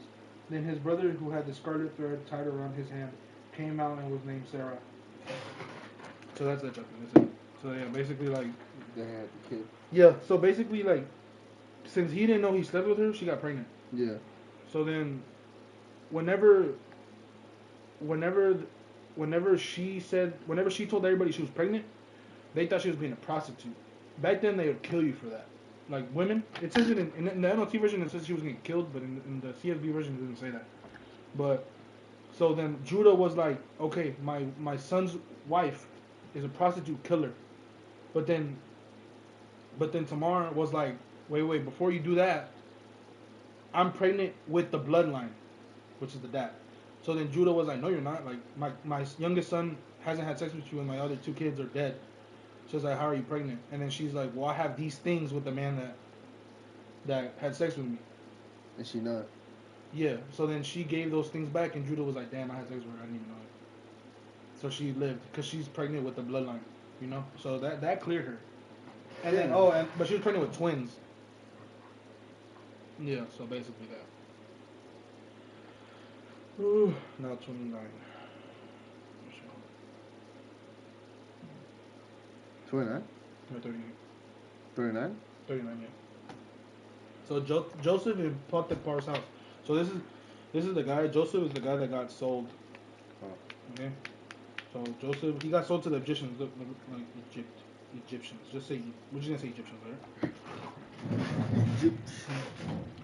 Now Joseph had been taken to Egypt. An Egyptian named Potiphar, an officer of Pharaoh, and the captain of the guards brought him from the Ishmaelites who had brought him there. The Lord was with Joseph, and he became a successful man, serving in his household of his Egyptian master. When his master saw that the Lord was with him, and that the Lord made everything he did successful, Joseph found favor with his master and became his personal attendant. Potiphar, Pot, Potiphar also put him in charge of his household and placed all that he owned under his authority. From the time that he put him in charge of his household and all that he owned, the Lord blessed the Egyptian's house because of Joseph. The Lord's blessing was on all that he owned in his house and in his fields. He left all that he owned under Joseph's authority. He did not concern himself with anything except the food he ate. Now Joseph was well built and handsome. After some time, pause there. We're on what, 6? Okay, so Joseph was a slave, right? But then the Egyptians saw that Joseph, everything he did was Good. like, great. Anything he did, whether if it was planting, cook, anything was good. So the Egyptian was like, "You know what? I'm gonna make you leader of everything in my household, not of Egypt, just of his household, of like his farm." So he was like, "Okay, I'm gonna let you control everything, because we see that God is on your side, and everything you do in God's name comes out good." Okay. So then, verse 7. After some time, his master's wife looked longingly at Joseph and said, "Sleep with me." But he refused. Look, he said to his master's wife, "With me here, my master does not concern himself with anything in this house, and he has put all that he owns under my authority. No one in this house is greater than I am. He has withheld nothing from me except you, because you are his wife. So how could I do this immense evil, and how could I sin against God?" Although she spoke to Joseph day after day, he refused to go to bed with her. Now one day he went into the house to do his work, and none of the household servants were there. She grabbed him by the garment and said, "Sleep with me." But leaving his garment in her hand, he escaped and ran outside. When she saw that he had left his garment with her and had ran outside, she called her household servants. "Look," she said to them, "my husband brought a Hebrew man to make a fool of us. He came to me so he could sleep with me, and I screamed as loud as I could. When he heard me screaming for help, he left his garment beside me and ran outside." She put Joseph's garment beside her until his master came home. Then she told him the same story. "The Hebrew slave you brought to us came to make a fool of me, but when I screamed for help, he left his garment beside me and ran outside." When his master heard the story, his wife told him, "These are things your slave did to me." He was furious and had thrown him in prison, where the king's prisoners were confined, so Joseph was there in prison. But the Lord was with Joseph and extended kindness to him. He granted him favor with the prison warden. The warden put all the prisoners who were in the prison under Joseph's authority, and he was responsible for everything that was done there. The warden did not bother with anything under Joseph's authority, because the Lord was with him and the Lord made everything that he did successful. So you get what happened? Yeah, she kind of She lied. lied. Yeah, so she wanted to sleep with him, but he didn't want to sleep. And she was getting mad. Yeah, so then She irritated. Yeah, so she ended up. So he beat lust. Well, right now he beat lust right now, because because like for a man, the only sin God or everybody God tells us to run away from lust. And he could have slept with her, but he did it because he kept God first. He's like, because if I do that, I sin against God.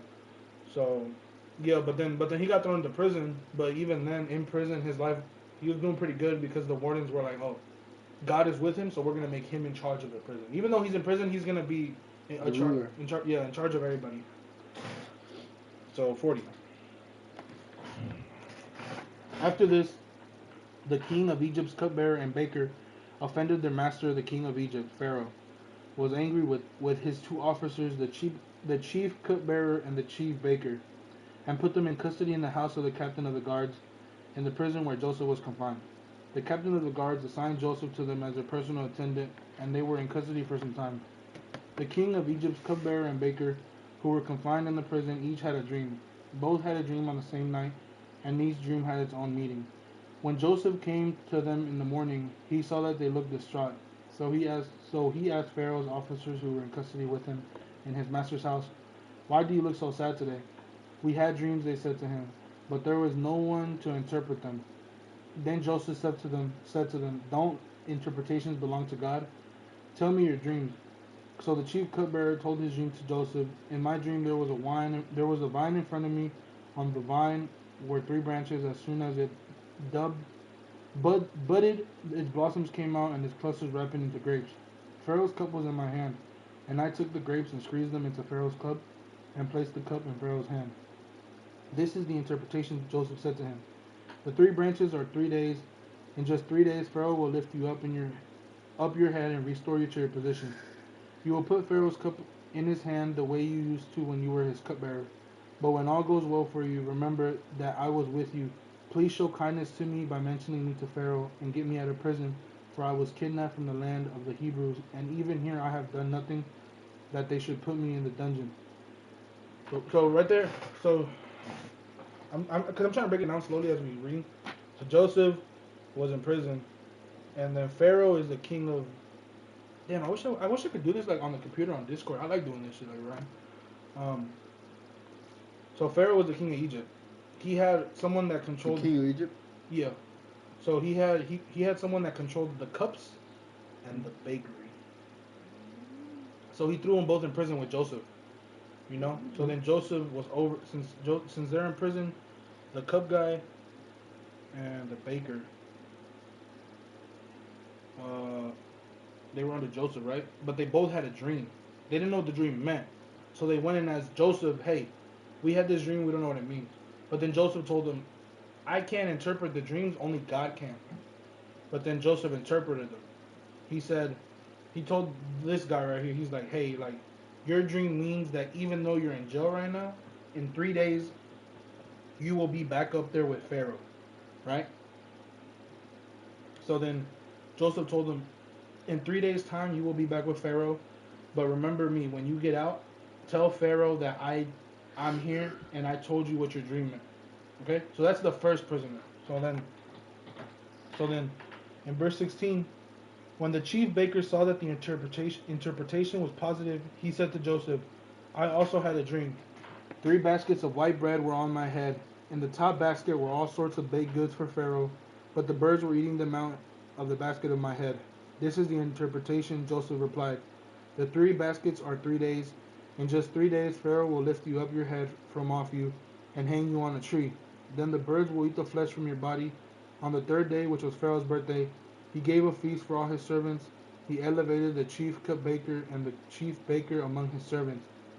Pharaoh restored the chief's cupbearer to his position as a cupbearer, and he placed the cup in Pharaoh's hand. But Pharaoh hanged the chief baker just as Joseph had explained to them. Yet the chief cupbearer did not remember Joseph; he forgot him. So basically, the baker's dream meant, so in 3 days' time, you will be out of jail with Pharaoh, but Pharaoh's gonna kill you. Yeah, okay. You know. Yeah. So basically, what Joseph told him came true. In 3 days' time, the cupbearer went back with Pharaoh and worked under him again, and the baker got killed. You know, but the baker, because he was being nosy, he said, "Oh, since he got a good interpretation, I'm gonna get a good one." But that wasn't the case. You know, but you gotta keep in mind, Joseph told them, "I can't interpret these; only God can." But he did though. Because he has the Holy Spirit in him. So you're gonna see in the next chapter though they mention it. So Joseph's interpretation of Pharaoh's dream. Verse 1. At the end of 2 years, Pharaoh had a dream. He was standing beside the Nile when 7 healthy-looking, well-fed cows came up from the Nile and began to graze among the reeds. After them, 7 other cows, sickly and thin, came up from the Nile and stood beside those cows along the bank of the Nile. The sticky, thin cows ate the healthy, wet-fed cows. Then Pharaoh woke up. He fell asleep and dreamed a second time. 7 heads of grain, plump and good, came up on one stalk. After them, 7 heads of grain, thin and scorched by the east wind, sprouted up. The thin heads of grain swallowed up the 7 plump, full ones. Then Pharaoh woke up, and it was only a dream. When morning came, he was troubled. So he summoned all the magicians of Egypt and all the wise men. Pharaoh told them his dreams, but no one could interpret them for him. So then Pharaoh had his own dreams. Yeah. You get what I'm saying? But he went. You gotta keep in mind, bro. Like nowadays, like people, whenever they have a problem or something, they go to brujos, palm readings. They read the stars, the constellations. Pharaoh did the same shit. He went and he went and got all the magicians and all the wise men, and they couldn't interpret it, right? Yeah. Huh? Yeah. But then remember, Joseph says only God can interpret those dreams, you know. So it's like that's why I tell people, bro, like it's not good to go and like get all these palm readings, this and that, but like all that's not good. That's all demonic, you know. Because Egypt, they worship the king named Pharaoh. They think he's the sun god, or Ra. To this day. Yeah, they still do it. Well, I mean, it's not how it was back then. Back then it was a lot different. I mean, they still don't worship God like Jesus at this point. They still worship other gods. They have like thousands of gods, you know. I was gonna say, even the, cause I told my mom about the cleaning the bed with the egg. Mm-hmm. I told her that was witchcraft. I told her she like what? I like it's a witchcraft. I like fuck. I forgot what you told me. But I just thought damn. I forgot. I was trying to remember it. Yeah.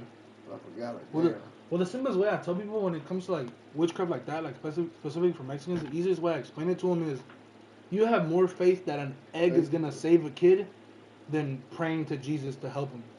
You know, like why would I could use like this Humex bottle. Like you're telling me you're having a hard day, right? And you're stressing out over this and that.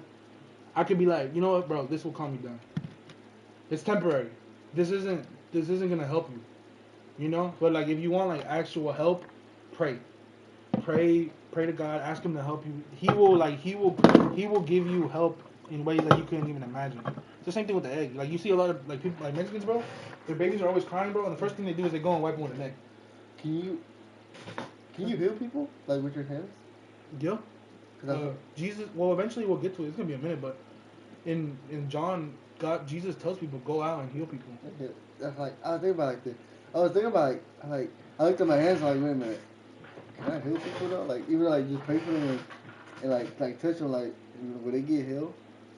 Theoretically, yo. But it's like people put that out of perspective, bro. Like they read stuff like that, and like let's say for example you right now, let's say I cut my hand. Some people think like, oh, God says you can go heal people, put your hand over it, heal them. It's not gonna be like that. Like God already gives us the ability to regenerate. You know, like when I say like healing, and Jesus says healing, he means like Like in the day, like heal the spirit. Or like you. I'm pretty sure you've seen it where like pastors are praying for people and they help them. Like they whether if it's sickness, it's all faith, bro. I really can't explain it, bro. It's just faith. Like whenever you say heal somebody, give me an example. it's Like let's say you're it's like somebody's in like in the hospital like if they got cancer, cause like and you just pray for them and then they would get Yeah. will they get healed? theoretically yes, but God also says, bro, like when let's say people die and you still pray for them, like how do you know that? Let's say they do get healed. How do you know that cancer won't come back? How do you know they won't go through 10 more years of suffering if cancer comes back? Because you hear all the time, bro, people get healed from cancer and then they get cancer again. Yeah. You know? And God in Romans says that people see that people die and they get mad with him. But how do you know that I didn't just save him from 20 years of torture? You know? Because you see people from all the time, like with cancer, diabetes, they suffer their whole life. You know? They can't do certain things. Like people in cancer, bro, sometimes they're in the hospital for months. You know? That's just suffering. You know? But it's like when people die, well, it depends what they believe. They either go to heaven or hell. But if people believe in heaven, you go up to heaven, you're not suffering no more. You know, like it's like I was telling my mom, like with my aunt, like she's been in like in a coma for like 20 some years. I was like, but y'all have that lady there suffering, like in her bed. She hasn't been able to move for 20 years. Like the doctor has told y'all she's gonna be like that. And my mom was like, well, we have faith, we can pray for her. I was like, yeah, but how do you know you keeping her there isn't keeping her from going up there with God? I was like, it sounds bad, but it's like, I can't explain it, bro. It's Like, so you told me just let her go. no, I'm not saying let her die. Like, Oh. like people, God gives people the wisdom to like learn. Like doctors, He gives them the knowledge and the brain to be able to learn how to be doctors and learn how to save people and how to heal people. But it's like this to a point, bro, to where you got more faith in those doctors than you do in Jesus. You know, it's like let's say for example something happens in my family, my dad, somebody in my family goes to the hospital, and then I obviously want the doctors to try to do as much as they can, but at the same time while they're doing that, I gotta go and pray. I gotta go and ask, please God, somehow let something happen to heal my mom, my dad, my mom or my dad, anybody. You know, I can't just have faith in those doctors. I gotta pray. You know, but the whole healing thing, like us being able to heal people, I mean, the Bible says we can do it. I mean, I see people on the internet. They're like, yeah, like they went to a retiro or something, and they had everybody pray over them, and either they lost pain, their back got better, their hands got better. I mean, it's weird, bro. You know, I feel like when like let's say I tell you you can heal people, it's not like I cut my hand right now. You put your hand over it and it's gonna heal. Our body is automatically gonna regenerate. But there's just some things, bro. It's just we just don't heal from. You know, it's all a faith thing, bro. Like I don't know. Like in the Chosen, you see Jesus like healed people, and then in the Chosen, eventually, depending on I don't remember what season it is, you're gonna see Jesus tells Peter to go out and heal people, and then Joseph was like, "How am I gonna heal people?" Or Peter's like, "How am I gonna literally heal people?" He's like, "No, heal their spirit, because down here, you break your arm, or something fucks up with your arm, you're gonna be disabled forever, right? But imagine they have a disabled arm and they don't believe in Jesus. Then right after they're done suffering with this, they're gonna go straight to hell. You know? So it's like even though you have a bad arm or a bad leg, or I don't heal, or Jesus doesn't heal us from something. Yes, we're suffering here, but I know that at the end of the day, I'm gonna go there. You know? Because there's a guy that follows him with he's manco, his leg doesn't work. Oh yeah. Jesus tells him. The Chosen? Yeah. Jesus tells him like, I can heal you right now if I wanted to, but imagine I don't heal you and you still have faith in me and people see your faith even though I haven't healed you. They're going to be like, damn, Jesus hasn't healed him and he still has faith. That builds people's faith. You know, a lot of people, they get sick, bro, and they lose faith in God. You know, like people, like they have family members die and they get mad with God for it. You know, but then you have some people like the people in Washington that lost their kids. You know, like that's a horrible thing to go through. But it's like,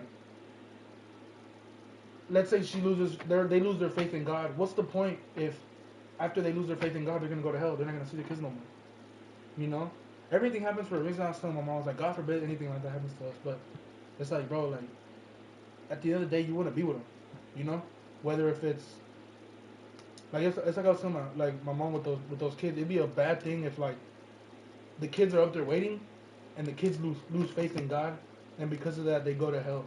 The kids are just up there by themselves. You know. Down there. Well, think about it, bro. Like those kids, they died of like very badly, bro. They got burned. You know. Yeah. And it's like, well, weren't they automatically? Would they go automatically to heaven because they're still 100%, kids? because they're kids, bro. Then Jesus says that when you like in the Chosen, you're gonna see. He says the kingdom belongs to them, because kids are pure, bro. Like, yes, they do bad things, but they don't do it out of like evilness. It's in our nature, bro. We're sinners automatically, you know. Like, it's in our. Nobody has to teach you how to steal. Nobody has to teach you how to do all these things. We still do it. It's just in our nature. It's like them kids, bro. Them kids died. They're not in hell, bro. I know for a fact they're not in hell. I can say that for sure. Like, whether if they had a chance to believe in God or not, I know for a fact they're not in hell. They're in heaven. Yeah, like I heard the. I think you told the kids gonna. Yeah. Cause they don't know. Yeah, you told me. Like their minds are fully developed into. Yeah, to like realize. No, realize, you know, not to do it, not to do all that. Yeah. But it's like imagine like that lady, that lady and that guy. They're suffering 100%. Like, but it's like, and their whole life they're gonna suffer until they die. But it's like, at the end of the day, do they want to be up there with him, or do they want to never see him again? You know, because at the end of the day, bro, like we're gonna die. We can't escape death. You and me are gonna die. It's just sometimes it gets scary to think about it because in my head sometimes I'll be like dissociating my head or whatever the fuck that's called. I'm gonna die. Like it's crazy to think, but it's like with them too. It's like yes, they're suffering right now, but imagine how much suffering they're gonna have when they can't go up there and they're down there suffering even more. You know, you want to die and go up there with them. You know what I'm saying? So it's like, and then but some people are like, I've seen some people they're like, oh fuck God, fuck this, like he killed my mom. So if you know your mom went to heaven, why are you saying fuck God and committing blasphemy, and then you're for sure not gonna see your mom again? You get what I'm saying? But it's like those kids, bro. Those kids suffer. Like hopefully God took them early, and didn't let them suffer a lot. But man, those kids, man, like it's bad. That's what I was telling my mom. I was like, some shit happened like that to me. Like, would you be mad with God? She's like, I don't know. And then I was telling her, I was like, you shouldn't be. I was like, things happen for a reason. Like, if God didn't want that shit to happen, He wouldn't allow it. And she's like, but God's good. Like, why would He allow things like that to do? And I was telling my mom, I was like, man, the Old Testament, he was just killing people. You know, He killed the whole town. Who knows how many kids were in there? You know, like He just kills people left and right. Like He killed that gun guy. He just killed him just like that. You know, it's like God. Everything happens in this world for a reason, whether if it's good or bad. You know, but that's why I told my mom at the end of the day, you gotta know who to go to. Some people hold it as like an anger towards God. You know. Yeah. Like people lose their family members and they're like, man, I hate God, I hate this. Like sometimes I've thought about it, bro. Like my mom dies, or my dad, or anybody really that I love. Like, would I be mad? No. But it's like our flesh, bro. Our emotions will like. Get mad. Get angry. But that's why God says at the end of the day, you gotta run back to Him. Yeah, and you would know that they'll be up there with Him. 100%. But that's what like even up until recently, bro. Like I've been trying to preach the word because it's like to like my family, because like the Bible says, bro, like that a lot of the like you see it nowadays, bro. A lot of like in our lives, bro, like our families they're drunks, they do drugs, they're idols, they have idols, they worship things that they're not supposed to, like that in the Bible that says that all leads them to hell, you know. And like my dad drinks. He's not a drunk, but he drinks every day. He doesn't get drunk every day, but it's like sometimes he'll have his beer or two. Or like my family, my cousins, like them niggas are drunks. Like I be trying to tell them, like even though they get mad at me, like I try to tell them, like, hey, like you gotta change your ways, this and that, blah blah, you know. Even though they gotta change right away, I still want to plant that seed because I don't want them to. I don't want to go out there and them not be up there, you know. I want to be like, yo, where my nigga Marco at? Oh, he in hell because of his drinking. This. Like, damn, I could have really saved him when I was on earth, because Jesus says that if you see your friends or we'll get to it eventually. It's kind of, I don't remember exactly where it's at, but eventually you will read it. Jesus says, or God says that if you deliberately let your friends keep sinning, and they die with their sin, that their sin is going to be on your hands, Because it's like, let's say you see your friends go and do a bunch of dumb shit all day and you don't tell them, you know? If you just let them keep doing it but you don't tell them, just you telling them is enough for God to be like, okay, he tried. He tried doing that. He tried saving them, you know? But if you just see them sinning all the time and don't tell them nothing, God's going to be like, why didn't you tell them?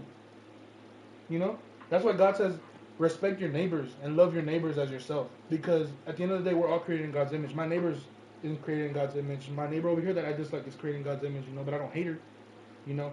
And it's like my friends too. Like, if you really love your friends, you gonna call them out for their shit, even though they don't like it. Like I tell like in the group chat like that I hang out with, I tell them all the time, bro. Hey, I gotta stop doing this. I gotta stop doing that. They don't listen to me, but I tell them all the time.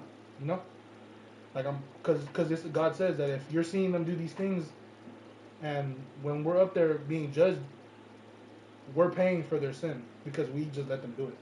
Because maybe they don't have people around them to tell them the truth. You know. So sometimes it divides though, because God says like he came to bring division, or Jesus he came to bring division. Like he was gonna have people hate him and people like him.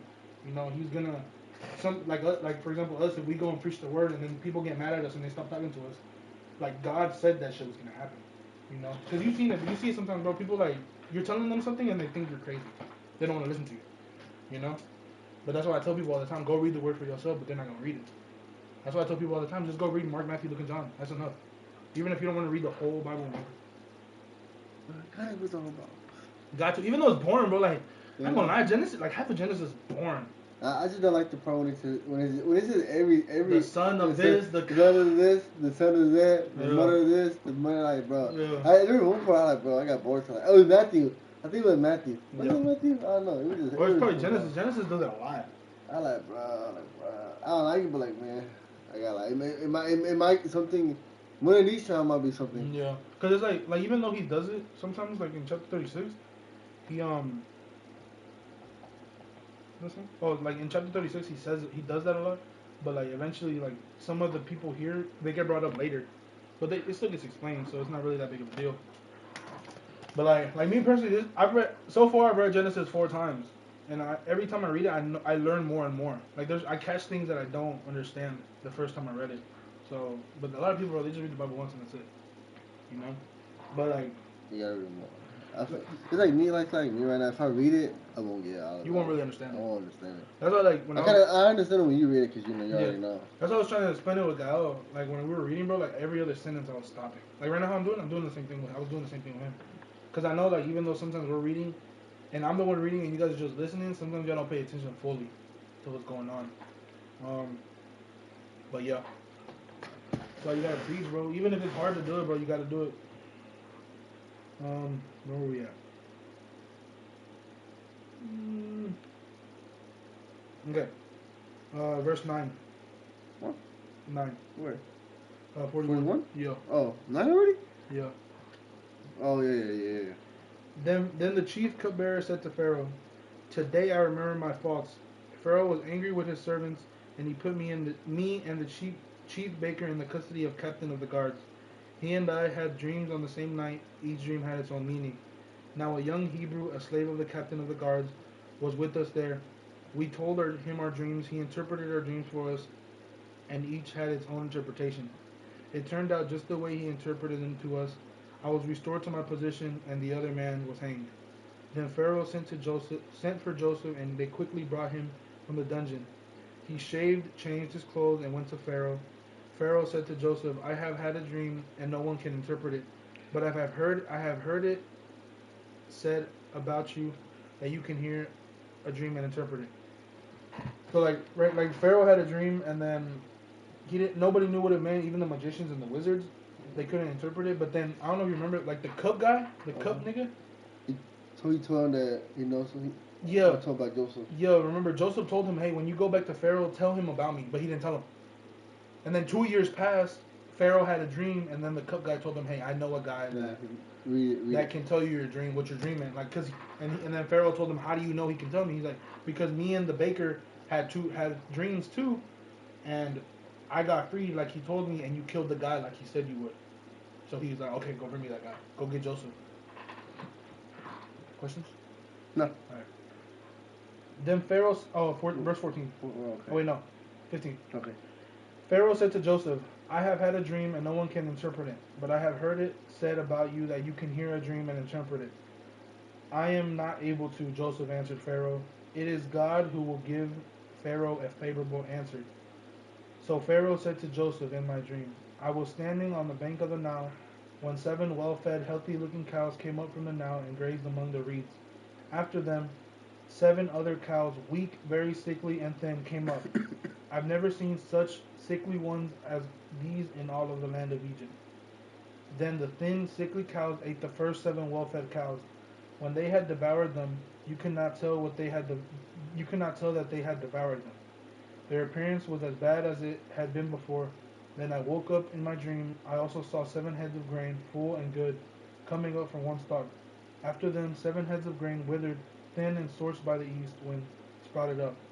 The thin heads of grain swallowed the 7 good ones. I told this to the magicians, but no one can tell me what it means. Then Joseph said to Pharaoh, Pharaoh's dreams mean the same thing. God had revealed to Pharaoh what he is about to do. The 7 good cows are 7 years, and the 7 good heads are 7 years. The dreams mean the same thing. The 7 thin and sickly cows came up after them. After them are 7 years, and the 7 worthless heads of grain, scorched by the east wind, are 7 years of famine. It is as I told Pharaoh. God has shown Pharaoh what he is about to do. 7 years of great abundance are coming through the land of Egypt. After them, 7 years of famine will take place, and all the abundance in the land of Egypt will be forgotten. The famine will devastate the land. The abundance in the land will not be remembered because of the famine that follows it, for the famine will be very severe. Since the dream was given twice to Pharaoh, it means that the matter has been determined by God, and he will carry it out soon. So, what Pharaoh's dream means, basically, like to summarize it, it means he's gonna have 7 good years and 7 bad years. Oh, I spelled that backwards. Bad years. What the fuck? I still spelled it backwards. 7 bad years, right? But then he's saying first the 7 good years will come, and then 7 bad years after that. But he said that the 7 bad years are gonna be so bad that you forgot about the good years. The good years, these years are gonna be so bad that you won't even remember the 7 good years. That's how bad it's gonna be, right? So that's basically what he's telling him. And you gotta remember, Pharaoh back then they worshiped different gods. So Joseph is telling them like, hey, like God is telling you and warning you, you're gonna have 7 bad years. So, but at the same time, Pharaoh's like, well, this is just another god. I have other gods, you know. But at the end of the day, he's gonna listen to him. Mm-hmm. So, 33. So now let Pharaoh look for a discerning and wise man, and set him over the land of Egypt. Let Pharaoh do this. Let him appoint overseers over the land, and take 1/5 of the harvest of the land of Egypt during the 7 years of abundance. Let them gather all the excess food during these good years that are coming under Pharaoh's authority. Store the grain in the cities so they may preserve it as food. The food will be a reserve for the land during the 7 years of famine that will take place in the land of Egypt. Then the country will not be wiped out by famine. Okay, so basically, Pharaoh thought he could fight God's will. For the 7 bad years. Yeah, because God told him, even if you have 7 good years, I'm still going to give you 7 bad years. So Pharaoh told him, okay, I'm going to do things during these 7 good years so it will be bad. So we won't have 7 bad years. He thought he could combat God's will. That's why I tell people all the time, bro. It's like, this is actually, because sometimes even though we read this is deeper than what you're reading. So when you're reading this, it's telling you like, it doesn't matter no matter how much you try to do in your life, if God doesn't want it to happen, it's not going to happen. Let's say like, you like for example, I don't want to use your business. That's it. Oh yeah, like your business for example. You want to build it. Uh-huh. What if God doesn't want that? You know? Somehow, some way, God is going to let that not work if he doesn't want that to work. You know, you might hate him for that, but I mean, he's going to try to, he'll do everything, like God's going to do anything for that not to work. But at the same time, let's say God wants that to work and you want it to work. God's going to let that work. So right here, Pharaoh is trying to go against God's will. Like Joseph told him, hey, God's will is this, it's going to happen. And Pharaoh's like, no, I can fight it. He thinks he's stronger than God. You know what I'm saying? Is that the meme? The face you keep doing? Bro, I just not understood it. Like you keep doing the face. Oh no, I'm not doing it like this. Oh yeah. I'm just like, man, Yeah, but that's can't that's fight not, that's not everybody, bro. Like sometimes, like you see people all the time, they try to do things that doesn't work out. You know, that's because God didn't allow that to work. People will be like, oh, it just didn't work out. Nah, nigga, it didn't work out for a reason. You know? I be thinking that shit sometimes. Yeah. Like, damn, like if this shit don't work out, then because God didn't let it work out. That's why in Psalms, or I can't remember if it's Psalms or Proverbs, King David, he prays and he says, God, if it's in your will, let it happen. Because it's like me, I want to do certain things in life. I don't go and pray, hey, I want, like, if your prayer is filled with a bunch of, I want this, I want that, your prayers are completely wrong. They're not prayers. You're just asking for shit. You know? That's why when you pray, you have to pray, God, if this is in your will, allow it to happen. You know, because God says, I know what you're going to pray about and what you're going to ask for before you even ask it. You know, God already knows our heart. He says it in Matthew 6. You know, when you go and pray, it's like, let's say I'm going to pray for a new car. And I sit down, before I sat down and prayed, God already knew I was going to ask for that.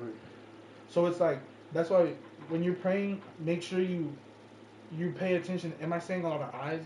Hey, do I want this? Do I want that? No, like, say, if it's in your will, if it's God's will for something to happen, let it happen. You know, because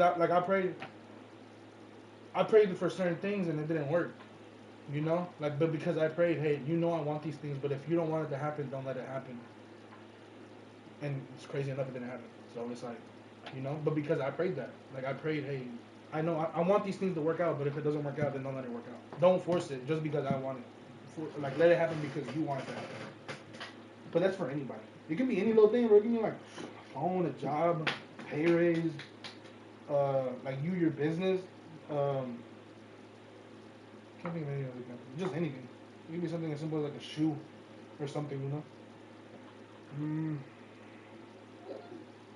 What? No, I'm good. No, hungry, nigga? What? I'm hungry. Yeah, I'm done. Let's finish 41 though. Hungry? No. I drive. No, not Longview. Well, why Longview? I drive. No, I'm not going Longview. Alright, we'll do. Alright, now 37. The proposal pleased Pharaoh and all his servants, and he said to them, can we find anyone like this, a man who has God's Spirit in him? So right there in the Old Testament, the Holy Spirit is already mentioned, you know, because he said, can we find anyone who has God's Spirit in him? So verse 39 says, so Pharaoh said to Joseph, since God has made all this known to you, there is no one discerning and wise as you are. You will be over my house, and all my people will obey your commands. Only I, as king, will be greater than you. Pharaoh also said to Joseph, see, I am placing you over the land of Egypt. Pharaoh removed his signet ring from his hand and put it on Joseph's hand, clothed him with fine linen garments, and placed a gold chain around his neck. He had Joseph ride in his second chariot, and servants called out before him, make way. So he placed them over all the land of Egypt. Pharaoh said to Joseph, I am Pharaoh, and no one else will be able to raise his hand or foot in all the land of Egypt without your permission. Pharaoh gave Joseph the name Zanath-Paneah, and gave him a wife, Asnath, daughter of Potiphar, priest of On. And Joseph went through the land of Egypt. So right here, like for example, that last. So Pharaoh said, since Pharaoh saw that God was with Joseph, he thinks that if he puts Joseph in charge, things are gonna change. Yeah. That's what he thinks. So that's what he's doing right now. He's giving him money, wives, kids, cars, all this and that. Not cars, fucking horses. Like back then they rode horses. Mustangs, yeah, for example, yeah. Like 5.0s? No, 6.2 Chevys, bro. Like trucks. Just trucks. Yeah. So he thinks that like if he can give that to, since he saw that God was with him, he said, okay, I'm gonna put Joseph in charge, but I'm gonna be in charge of Joseph. Right? You know what I'm saying? So Joseph is basically king. But he's gonna slide that to. But Pharaoh is above Joseph. Oh yeah, okay. And since Pharaoh sees that God is with Joseph, Pharaoh thinks he can control God. Does that make sense? God is with Joseph. Pharaoh is above God. He thinks he can control God. Pharaoh thinks Joseph can control God. That's what he thinks? That's what he's telling No, so look. So look, this is Joseph, right? Uh-huh. Joseph, he's going to make Joseph king. Uh-huh.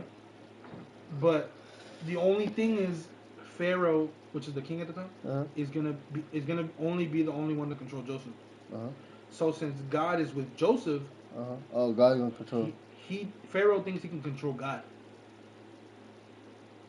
Yeah, that's what I said. What's that what you Joseph, Pharaoh thinks that Joseph can control God. That's what you say. No, What are you talking about? you said Joseph can control God. No, that's Oh, what. Pharaoh thinks Joseph can control Yeah. God. Yeah, basically. That's In a what- way. In a way, that's what Yeah, I'm saying. yeah. That's he thinks that he can.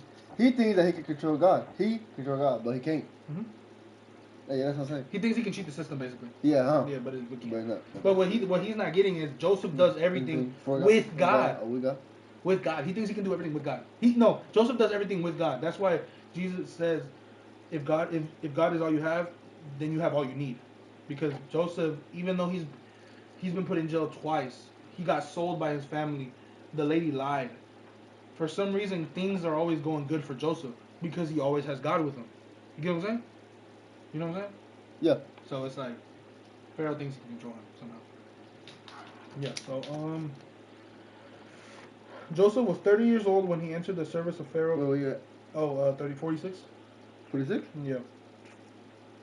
So Joseph was 30 years old when he entered the service of Pharaoh, king of Egypt. Joseph left Pharaoh's presence and traveled through the land of Egypt. During the 7 years of abundance, the land produced outstanding harvest. So right now he's in the 7 good years. Joseph gathered all the excess food in the land of Egypt during the 7 years and put it in the cities. He put the food in every city from the fields around it. So Joseph stored up the grain in such abundance like the sand of the sea that he stopped during it because it was beyond measure. 2 sons were born to Joseph before the years of famine arrived. Asenath, daughter of Potipharah, priest at On, bore them to him.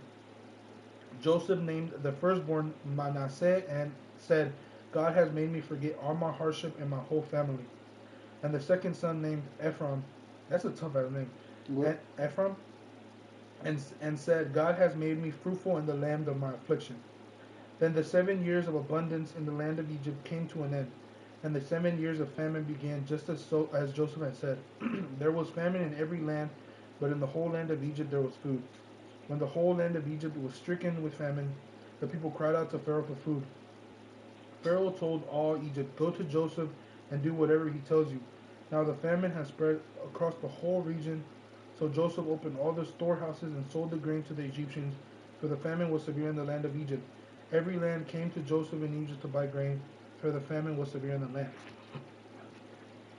So as you can see, it still happened. You know, those are the 7 bad years.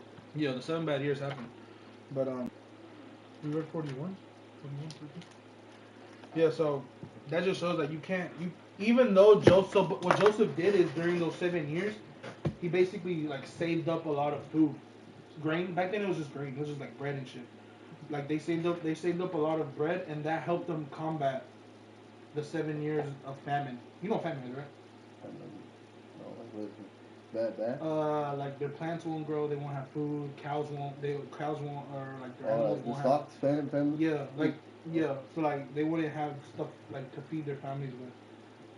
But then Joseph was like, okay, I'm gonna try to save up as much food to help during the 7 years.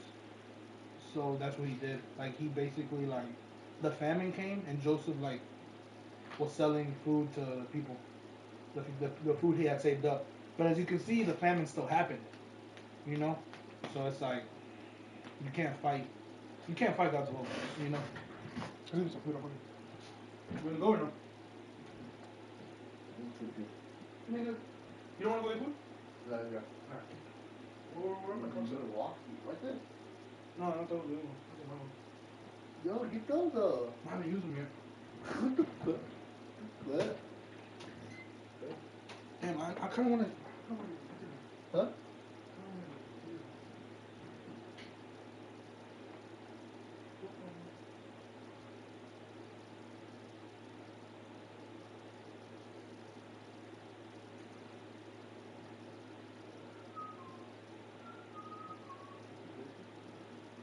Is it parent group? Oh, yeah. I don't know. How you? Yo, I want to dust. You don't sneeze? You sneak. I'm gonna start thriving. I'm not gonna start getting rid of everything, bro. I'm gonna remodel. You want a model? Nigga, look at my room. Nigga, I can't even model myself.